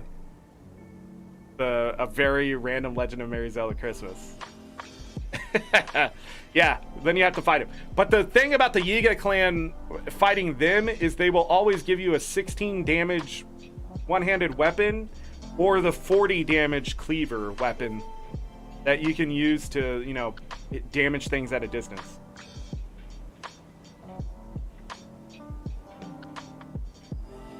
Vaporsmith, hello. Did I miss you there? I mean, that side to you gives you a lot of personality. Finding definitely gives me a reason to study what you're doing.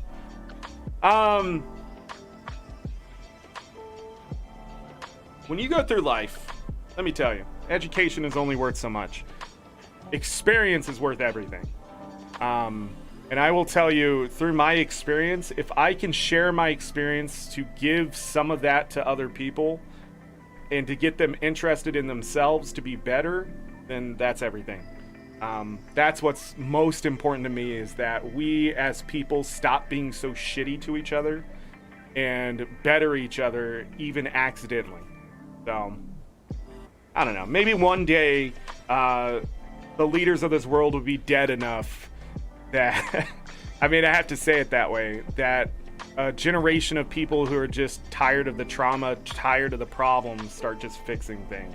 It's no longer about the money, it's about the innovation to get past this stuff so we can all live in a way that doesn't feel like we struggle day in and day out, you know? And people are going to put labels and ists and isms to everything that we do, but at the end of the day, it's about the ness of life, the happiness of life. We can go through and label everything we want, but how can we make as many people happy and healthy and productive as possible? It's not that people don't want to work, it's just that the work is shitty. And you're not getting enough back for it. And over the years, what that job was worth has dwindled because companies have taken advantage and all that kind of stuff. But it's human beings making those decisions, you know? So now we're seeing social change because people aren't making enough money to keep up with the expenses of life. And that includes the expenses of their happiness. They'd rather quit their job and be poor than to continue a job that's shitty to them. And more power to them. Because happiness is a better investment than just money and career. The big ones with a wind sword? I'm trying to think of an easy way. Stasis and run. Stasis and run.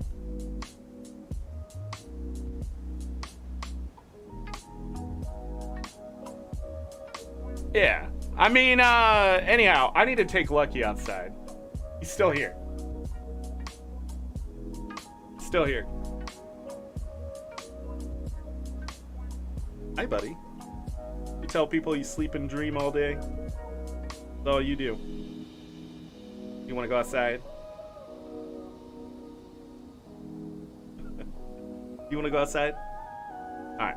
Everybody give me a second here to take a break. We'll come back and we'll farm a bit more and get ready to fish, I think. We'll see. BRB. Enjoy the music. Brought to you by Pretzel Rocks.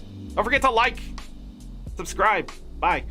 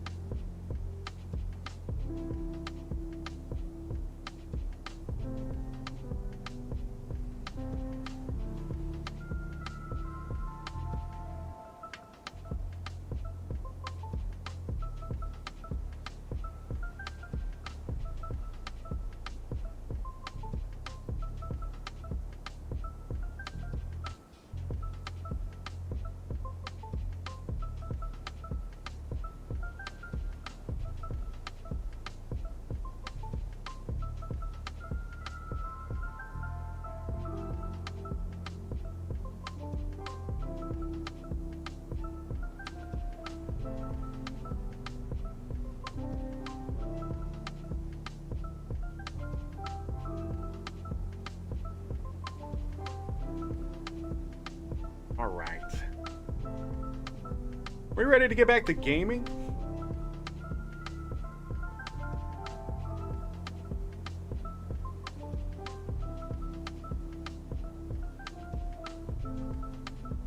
Man, 2 hours. I spent like 40 minutes talking.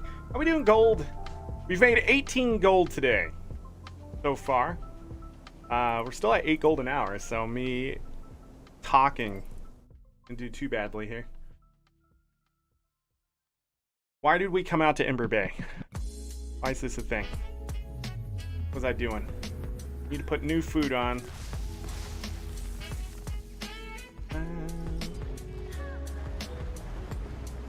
Oh, yeah, okay.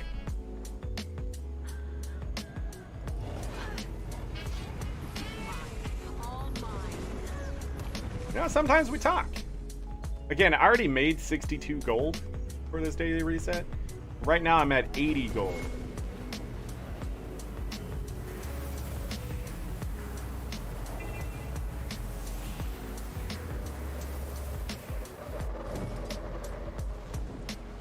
Yesterday I showed this off a little bit. I thought there was a lot more passiflora. It turned out there was a lot of jungle plants. I'm gonna come back and grab those jungle plants.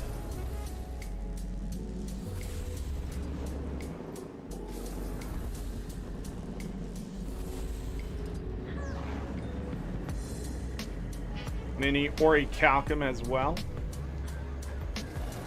Skyscale makes this map a lot more fun.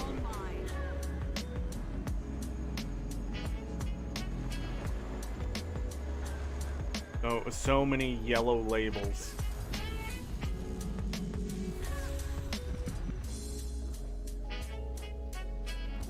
Have to sneak in and get the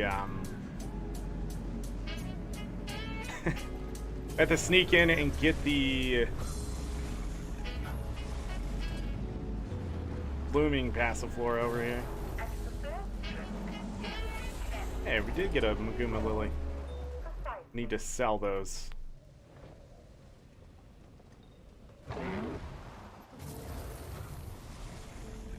Not over here?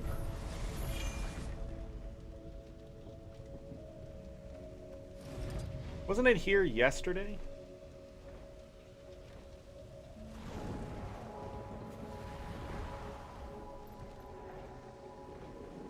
I'm trying to think if there's any other places for blooming passiflora.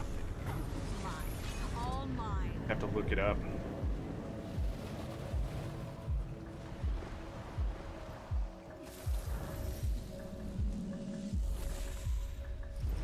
Alright, then we'll go north and grab some orichalcum here. All these other nodes on the minimap are lotus. They're touching the water.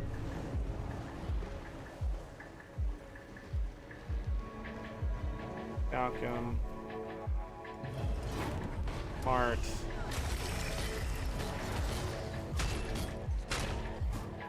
Man, I remember when reef drakes first came out, they would wreck my face. Got an extra passion flower.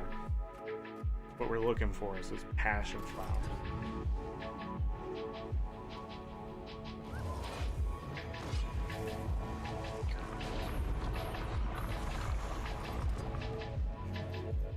And I looked up Imperial favors. You can make 4,000 Imperial favors a day. 4,000. I need to figure out how to get 300 a day. Quickly. That's the main thing. How fast can I do it? If I was fast enough, I could probably get all of the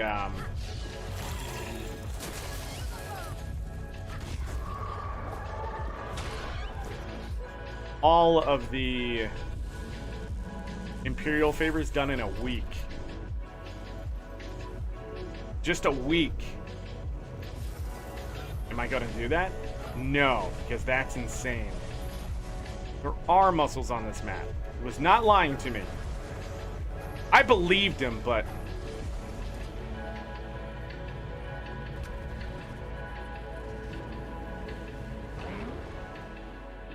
talking with a lot of farmers that I haven't talked to in a long time.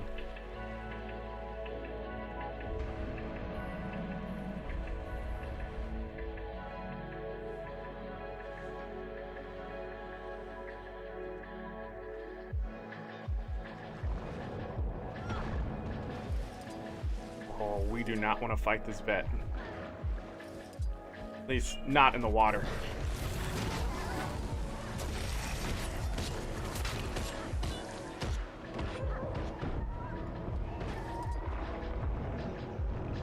Maybe we do. Get wrecked. Or maybe we do. That's mithril. That was a sapling. Is there something else to the north here? The destroyers. Yeah, we sort of got stuck on this map yesterday because of that. I'm gonna waypoint though. We're gonna go grab that seaweed because I need it for fishing food. It turns out.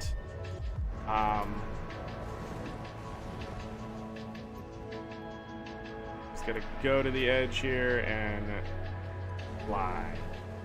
On a muscle node? Coral. Might be worth grabbing.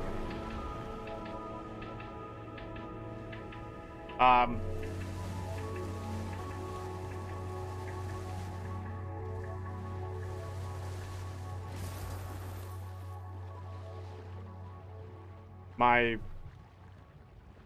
mount just stopped going forward again. What happened there?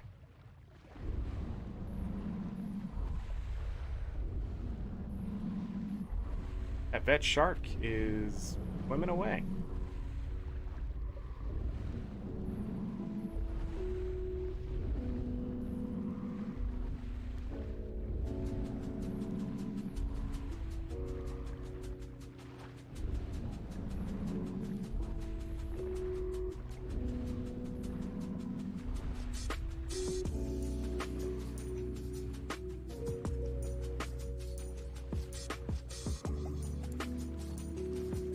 Is there any horror games with being underwater?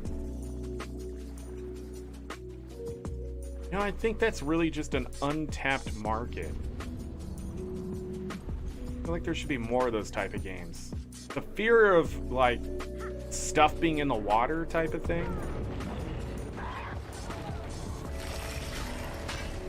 Would be a great game. You know? Monster or a shark in the water? Both? Shark coming to get you? We get enough for that. I talked about this event yesterday. Destroyer event over here. Let's see if that. Okay. Walk.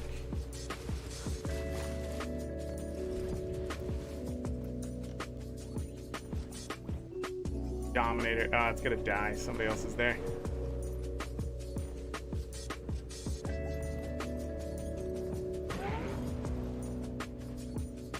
Daily. How do I get in?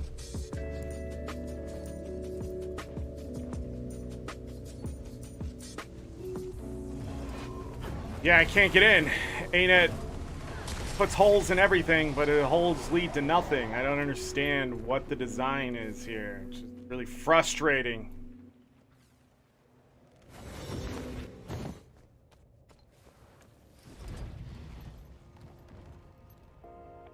One goes in, but the other one doesn't. Fantastic. Love it. Stupid game. Stupid game. Okay. You spend so much time. I need to go hit those jungle plant nodes again. Are we gonna get to fishing today? That is the question. I also need to figure out where to fish and what time. Just hitting nighttime. But it's gonna be about 120 hours to catch 1,400 legendary fish.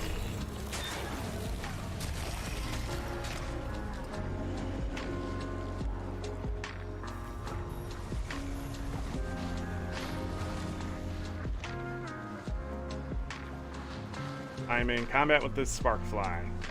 Die. All mine. Maguma Lily.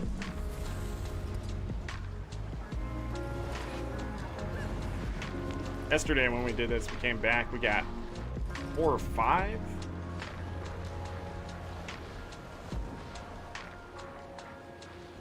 Bag of loot. Big one.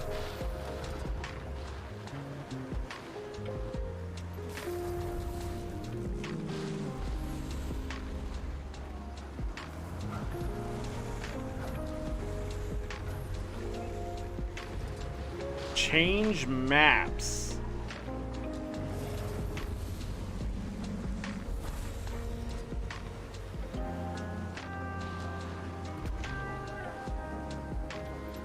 Be fast. We can get a second one.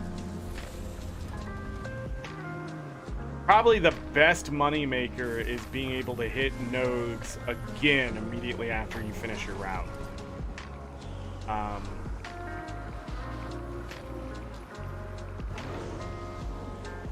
Changing map IPs is the best.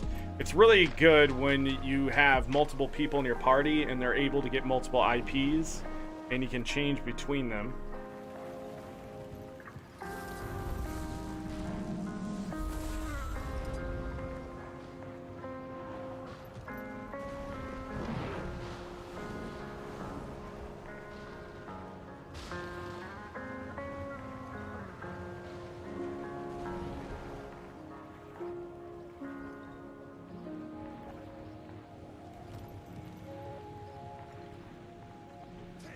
My forward button stopped again. I'm still holding it down. I have no idea why it's doing that. Gonna have to get a, funny enough, a keylogger. See if it does stop in those moments. You're like a keylogger. Yeah, you can get them for video games to make sure you're hitting buttons correctly, okay?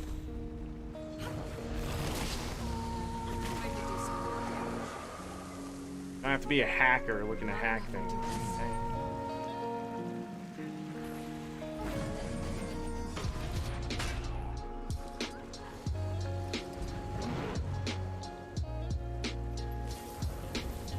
One on the far side too. Get that one.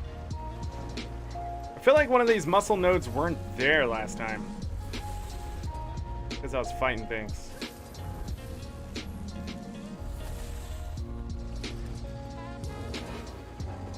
Here we got a 4 strike.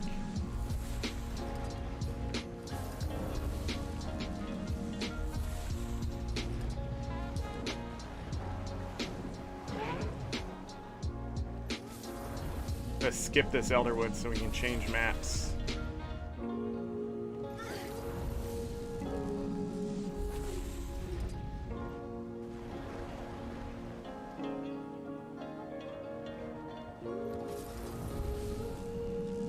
More nodes.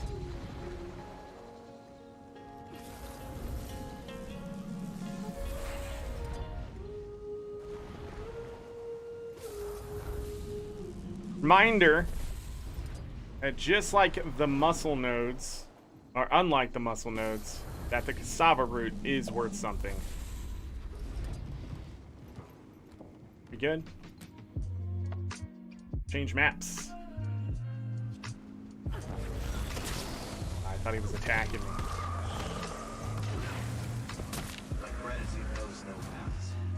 Find it right here.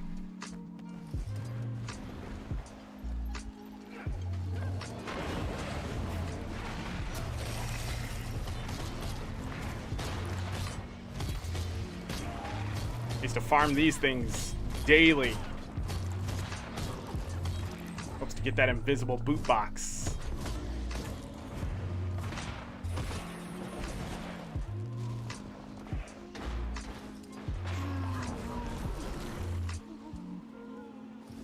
I don't think that one can give you an invisible boot box.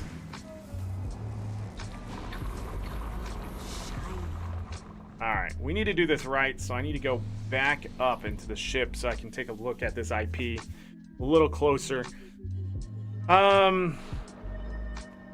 75. Go here and take a look. Got one there.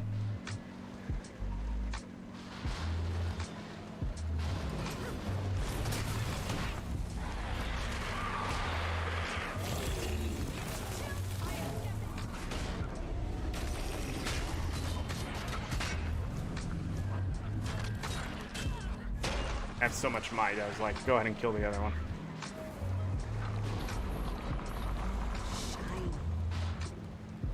So there are no jungle plants here. Down below, not on the small island. Which is a rarity, actually.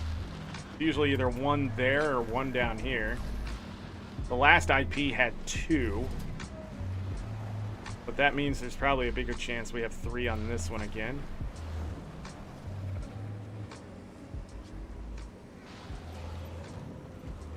Raged ghosts are fun.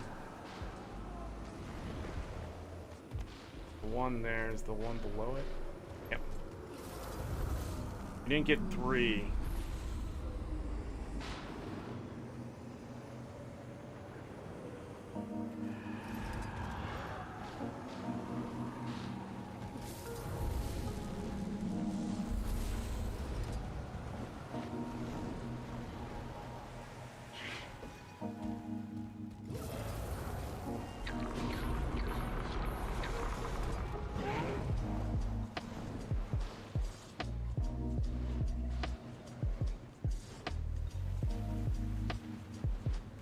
So, unlike earlier, when I could skip this middle section, I have to go up there now.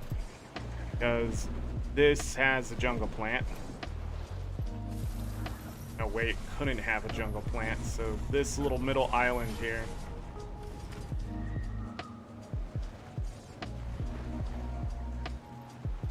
Or Calcum.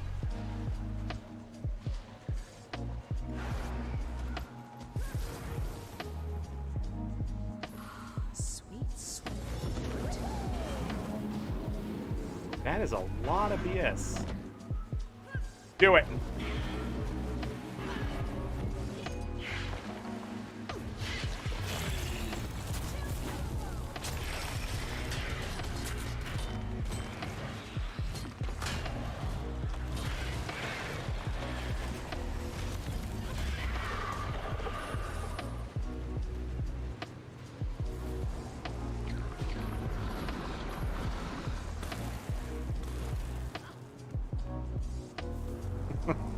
Got some pretty good stuff from them. We're up to 6 Maguma lilies. Got this bloodstone crystal.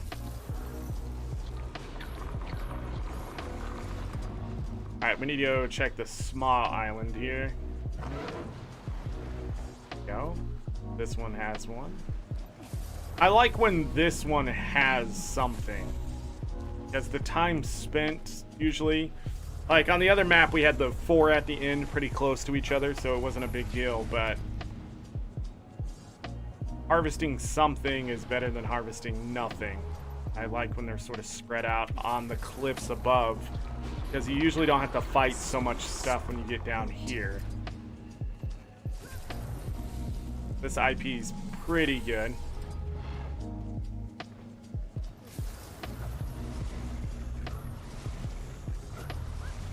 Not a good start in the sense of having it on those smaller islands. There's the jungle plants there. We'll grab that one way around.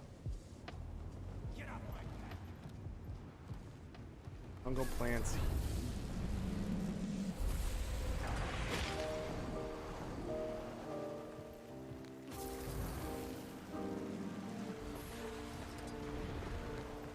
Like it's just 4 muscle nodes here. Extra strike. Give me them extra strikes. Another Maguma lily. 7 of them. Holy hell. Hold on, let me do that. So we have this rotation again, just a little bit different.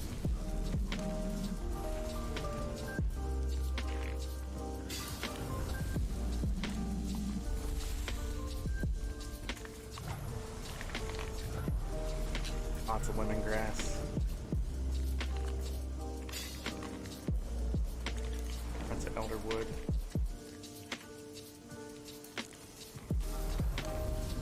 Have a bit of this rotation.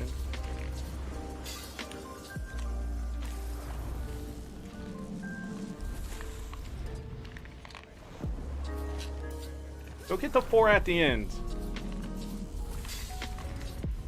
So this one we can skip going down and bouncing back up. So this one might actually be a little bit faster if we maintain this IP.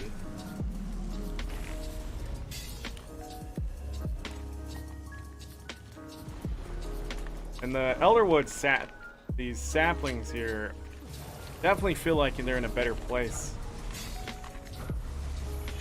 Get them a little bit faster. But not bad. We ended up with 7.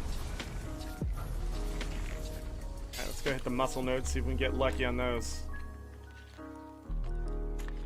We have not been.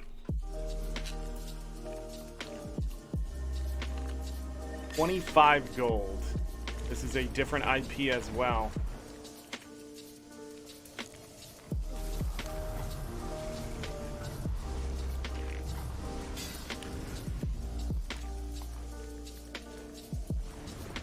Wow, that's quality armor.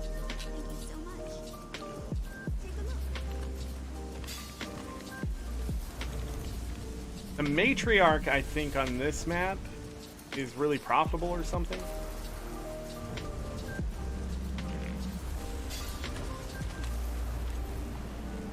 But I don't remember what the reward is and why it is. I saw it on the list of farming. Love me some pocket raptors.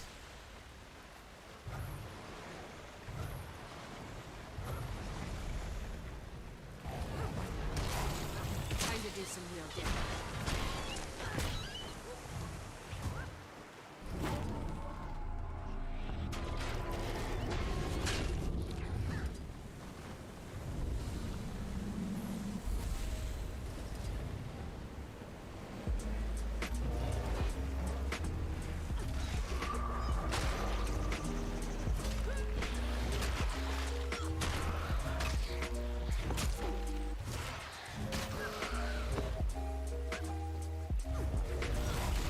Of course you would move. Oh, thank you for the silver, though. Gonna give me a tier 5, Matt. Give me some silver.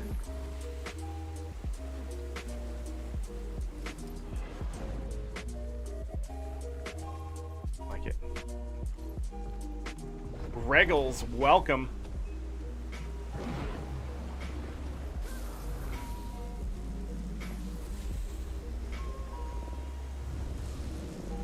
I need to check the flaxseed, have I?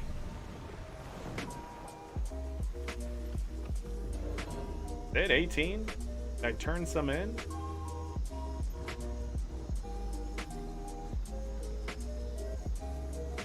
Be 180.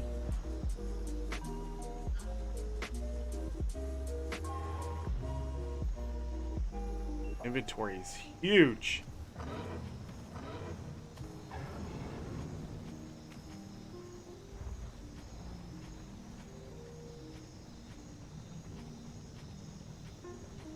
Oh, we need to go do that too. No jungle plant. Crappy sorghum mushroom.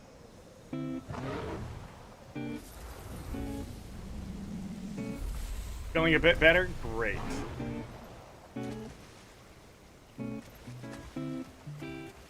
You keep doing that.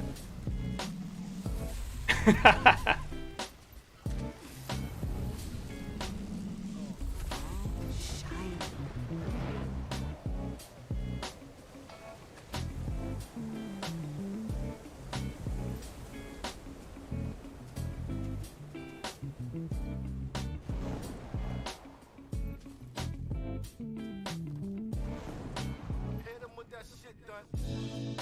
I don't know why I'm going this way. We just need a waypoint. I've already got the flax farm done. Did it last night.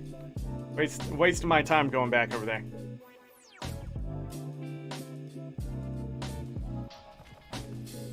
Game didn't want to load for a second.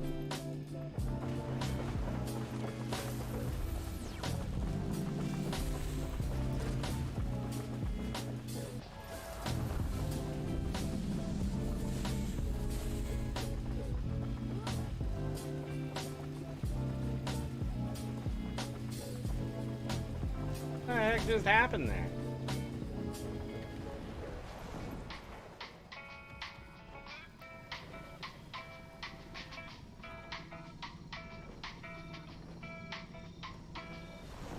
My preview was so blurry and I couldn't figure out why. It wasn't adjusting to 720p.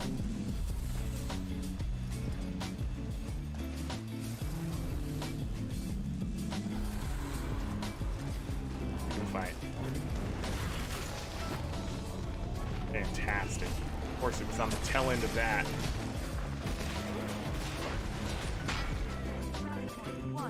We must reach the rally point for these supplies. You're not going to survive that rally point. You got bad news.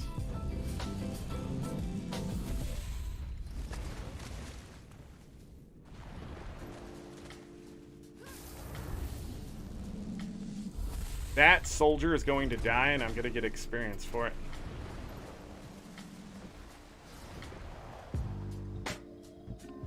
Check over here. Any of them jungle plant nodes.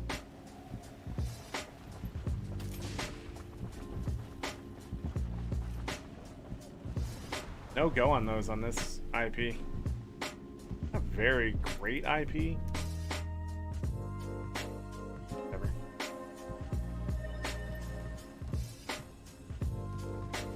Can't win them all.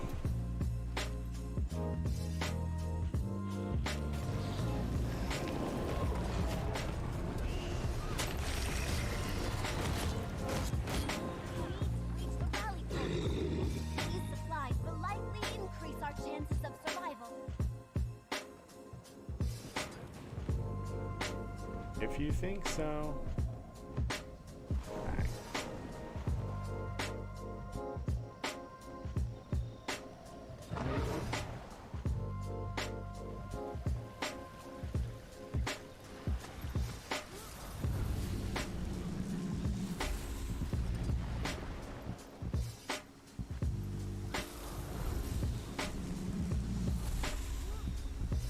Freshwater pearls just don't want to drop today. We got one more coming out here though, so this is our haul from the gathering.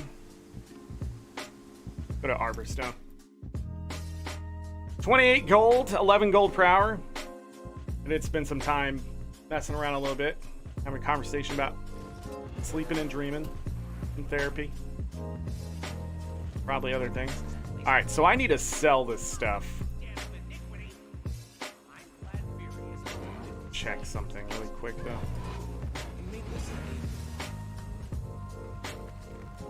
One sprocket.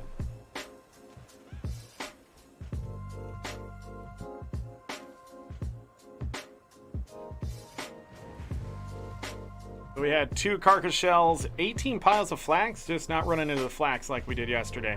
192 watchwork sprockets is what we got from the farming. 4 mint seeds, 193 iron ore, 2 freshwater pearls, 7 maguma lilies, 142 platinum. We got a sunstone nugget. Going out for that platinum, we ended up with 3 sunstone lumps.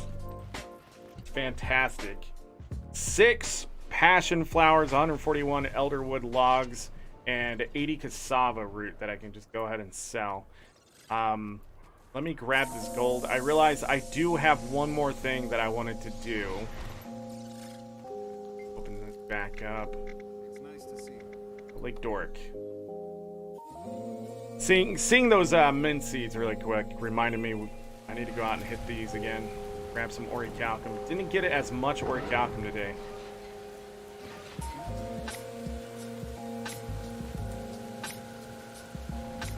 Grab these jade fragments. Oh, we should do a little bit of that. I wanted to do that yesterday, it just didn't happen.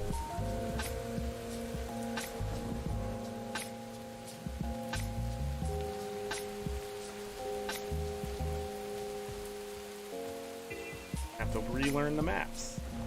Like.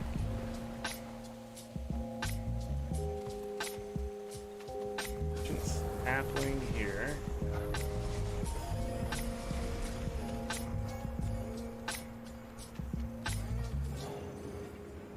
I'll come down there.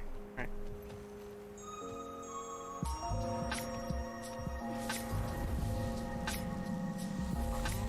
Shiny.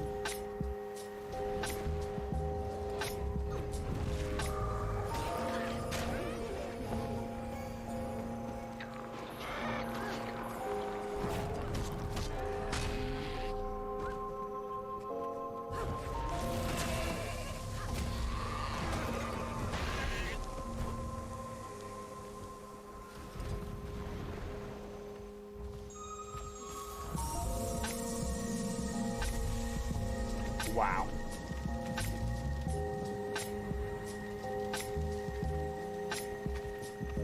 Have to fight for this one over here.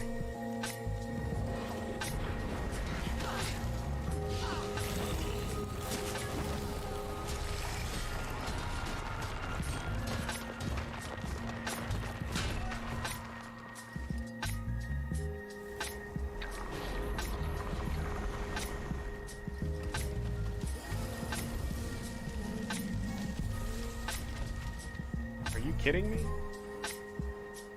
Cliff of Bounty not working?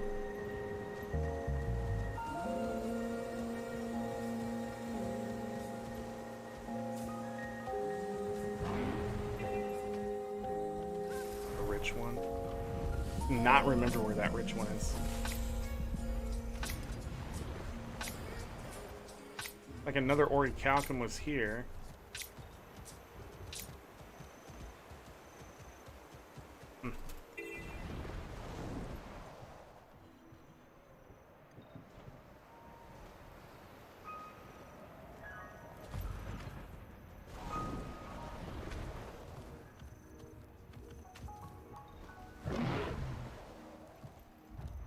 Very,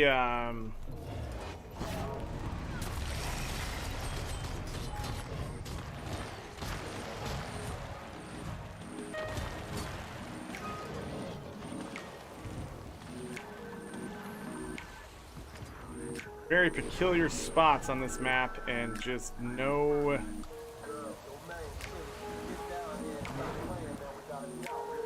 Well, at least not many great strikes.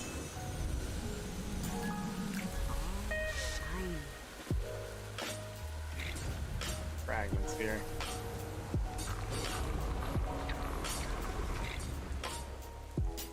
Those. This is another map where that Glyph of Alchemy definitely would do well.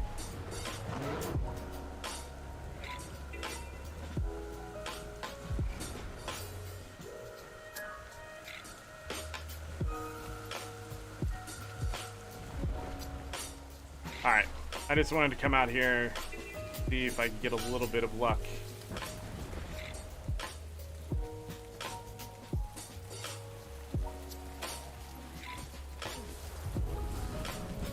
Don't see me. Need fragments though, in a much better place.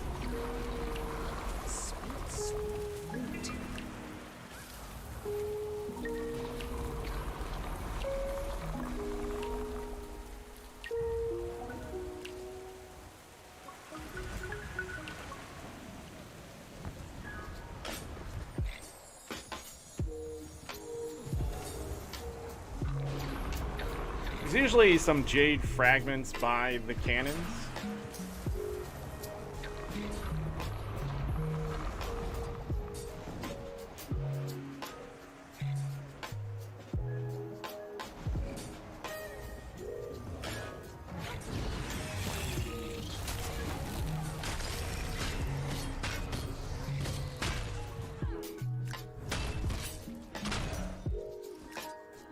Not a bad round of events there. died fighting that. All mine.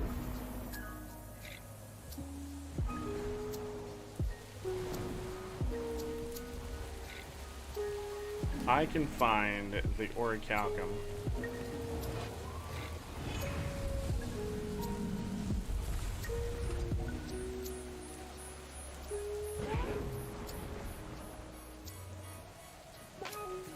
That's a rich mithril vein. Worthless.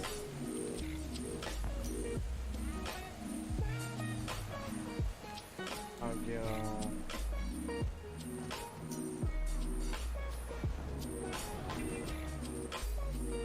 not a rich one on this map. Somewhere specific. It's just wrong.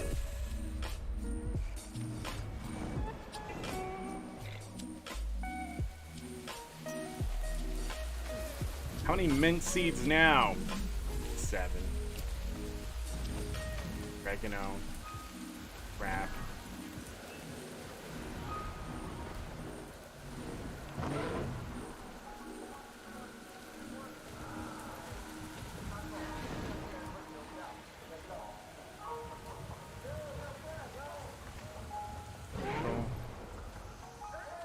know, when I was your age, it was a beautiful lake.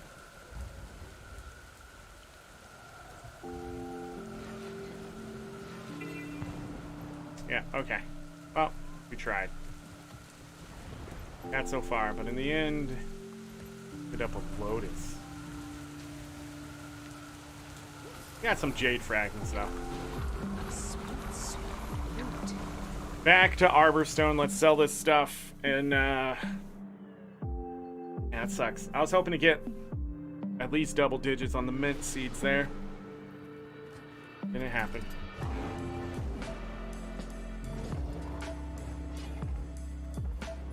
Parka shells. I don't need these. Somebody else does. I'm gonna quick sell them since we only have 2. Definitely don't want to do that. We'll go over the price of other things. Oh, I need to open all this crap. Hold on. Pleasant greeting.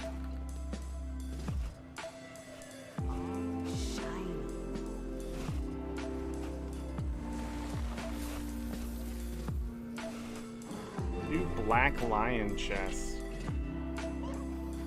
That crap up.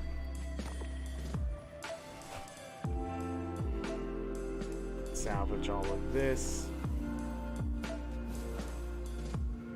Hey, rares. Hey. So much junk. So much junk.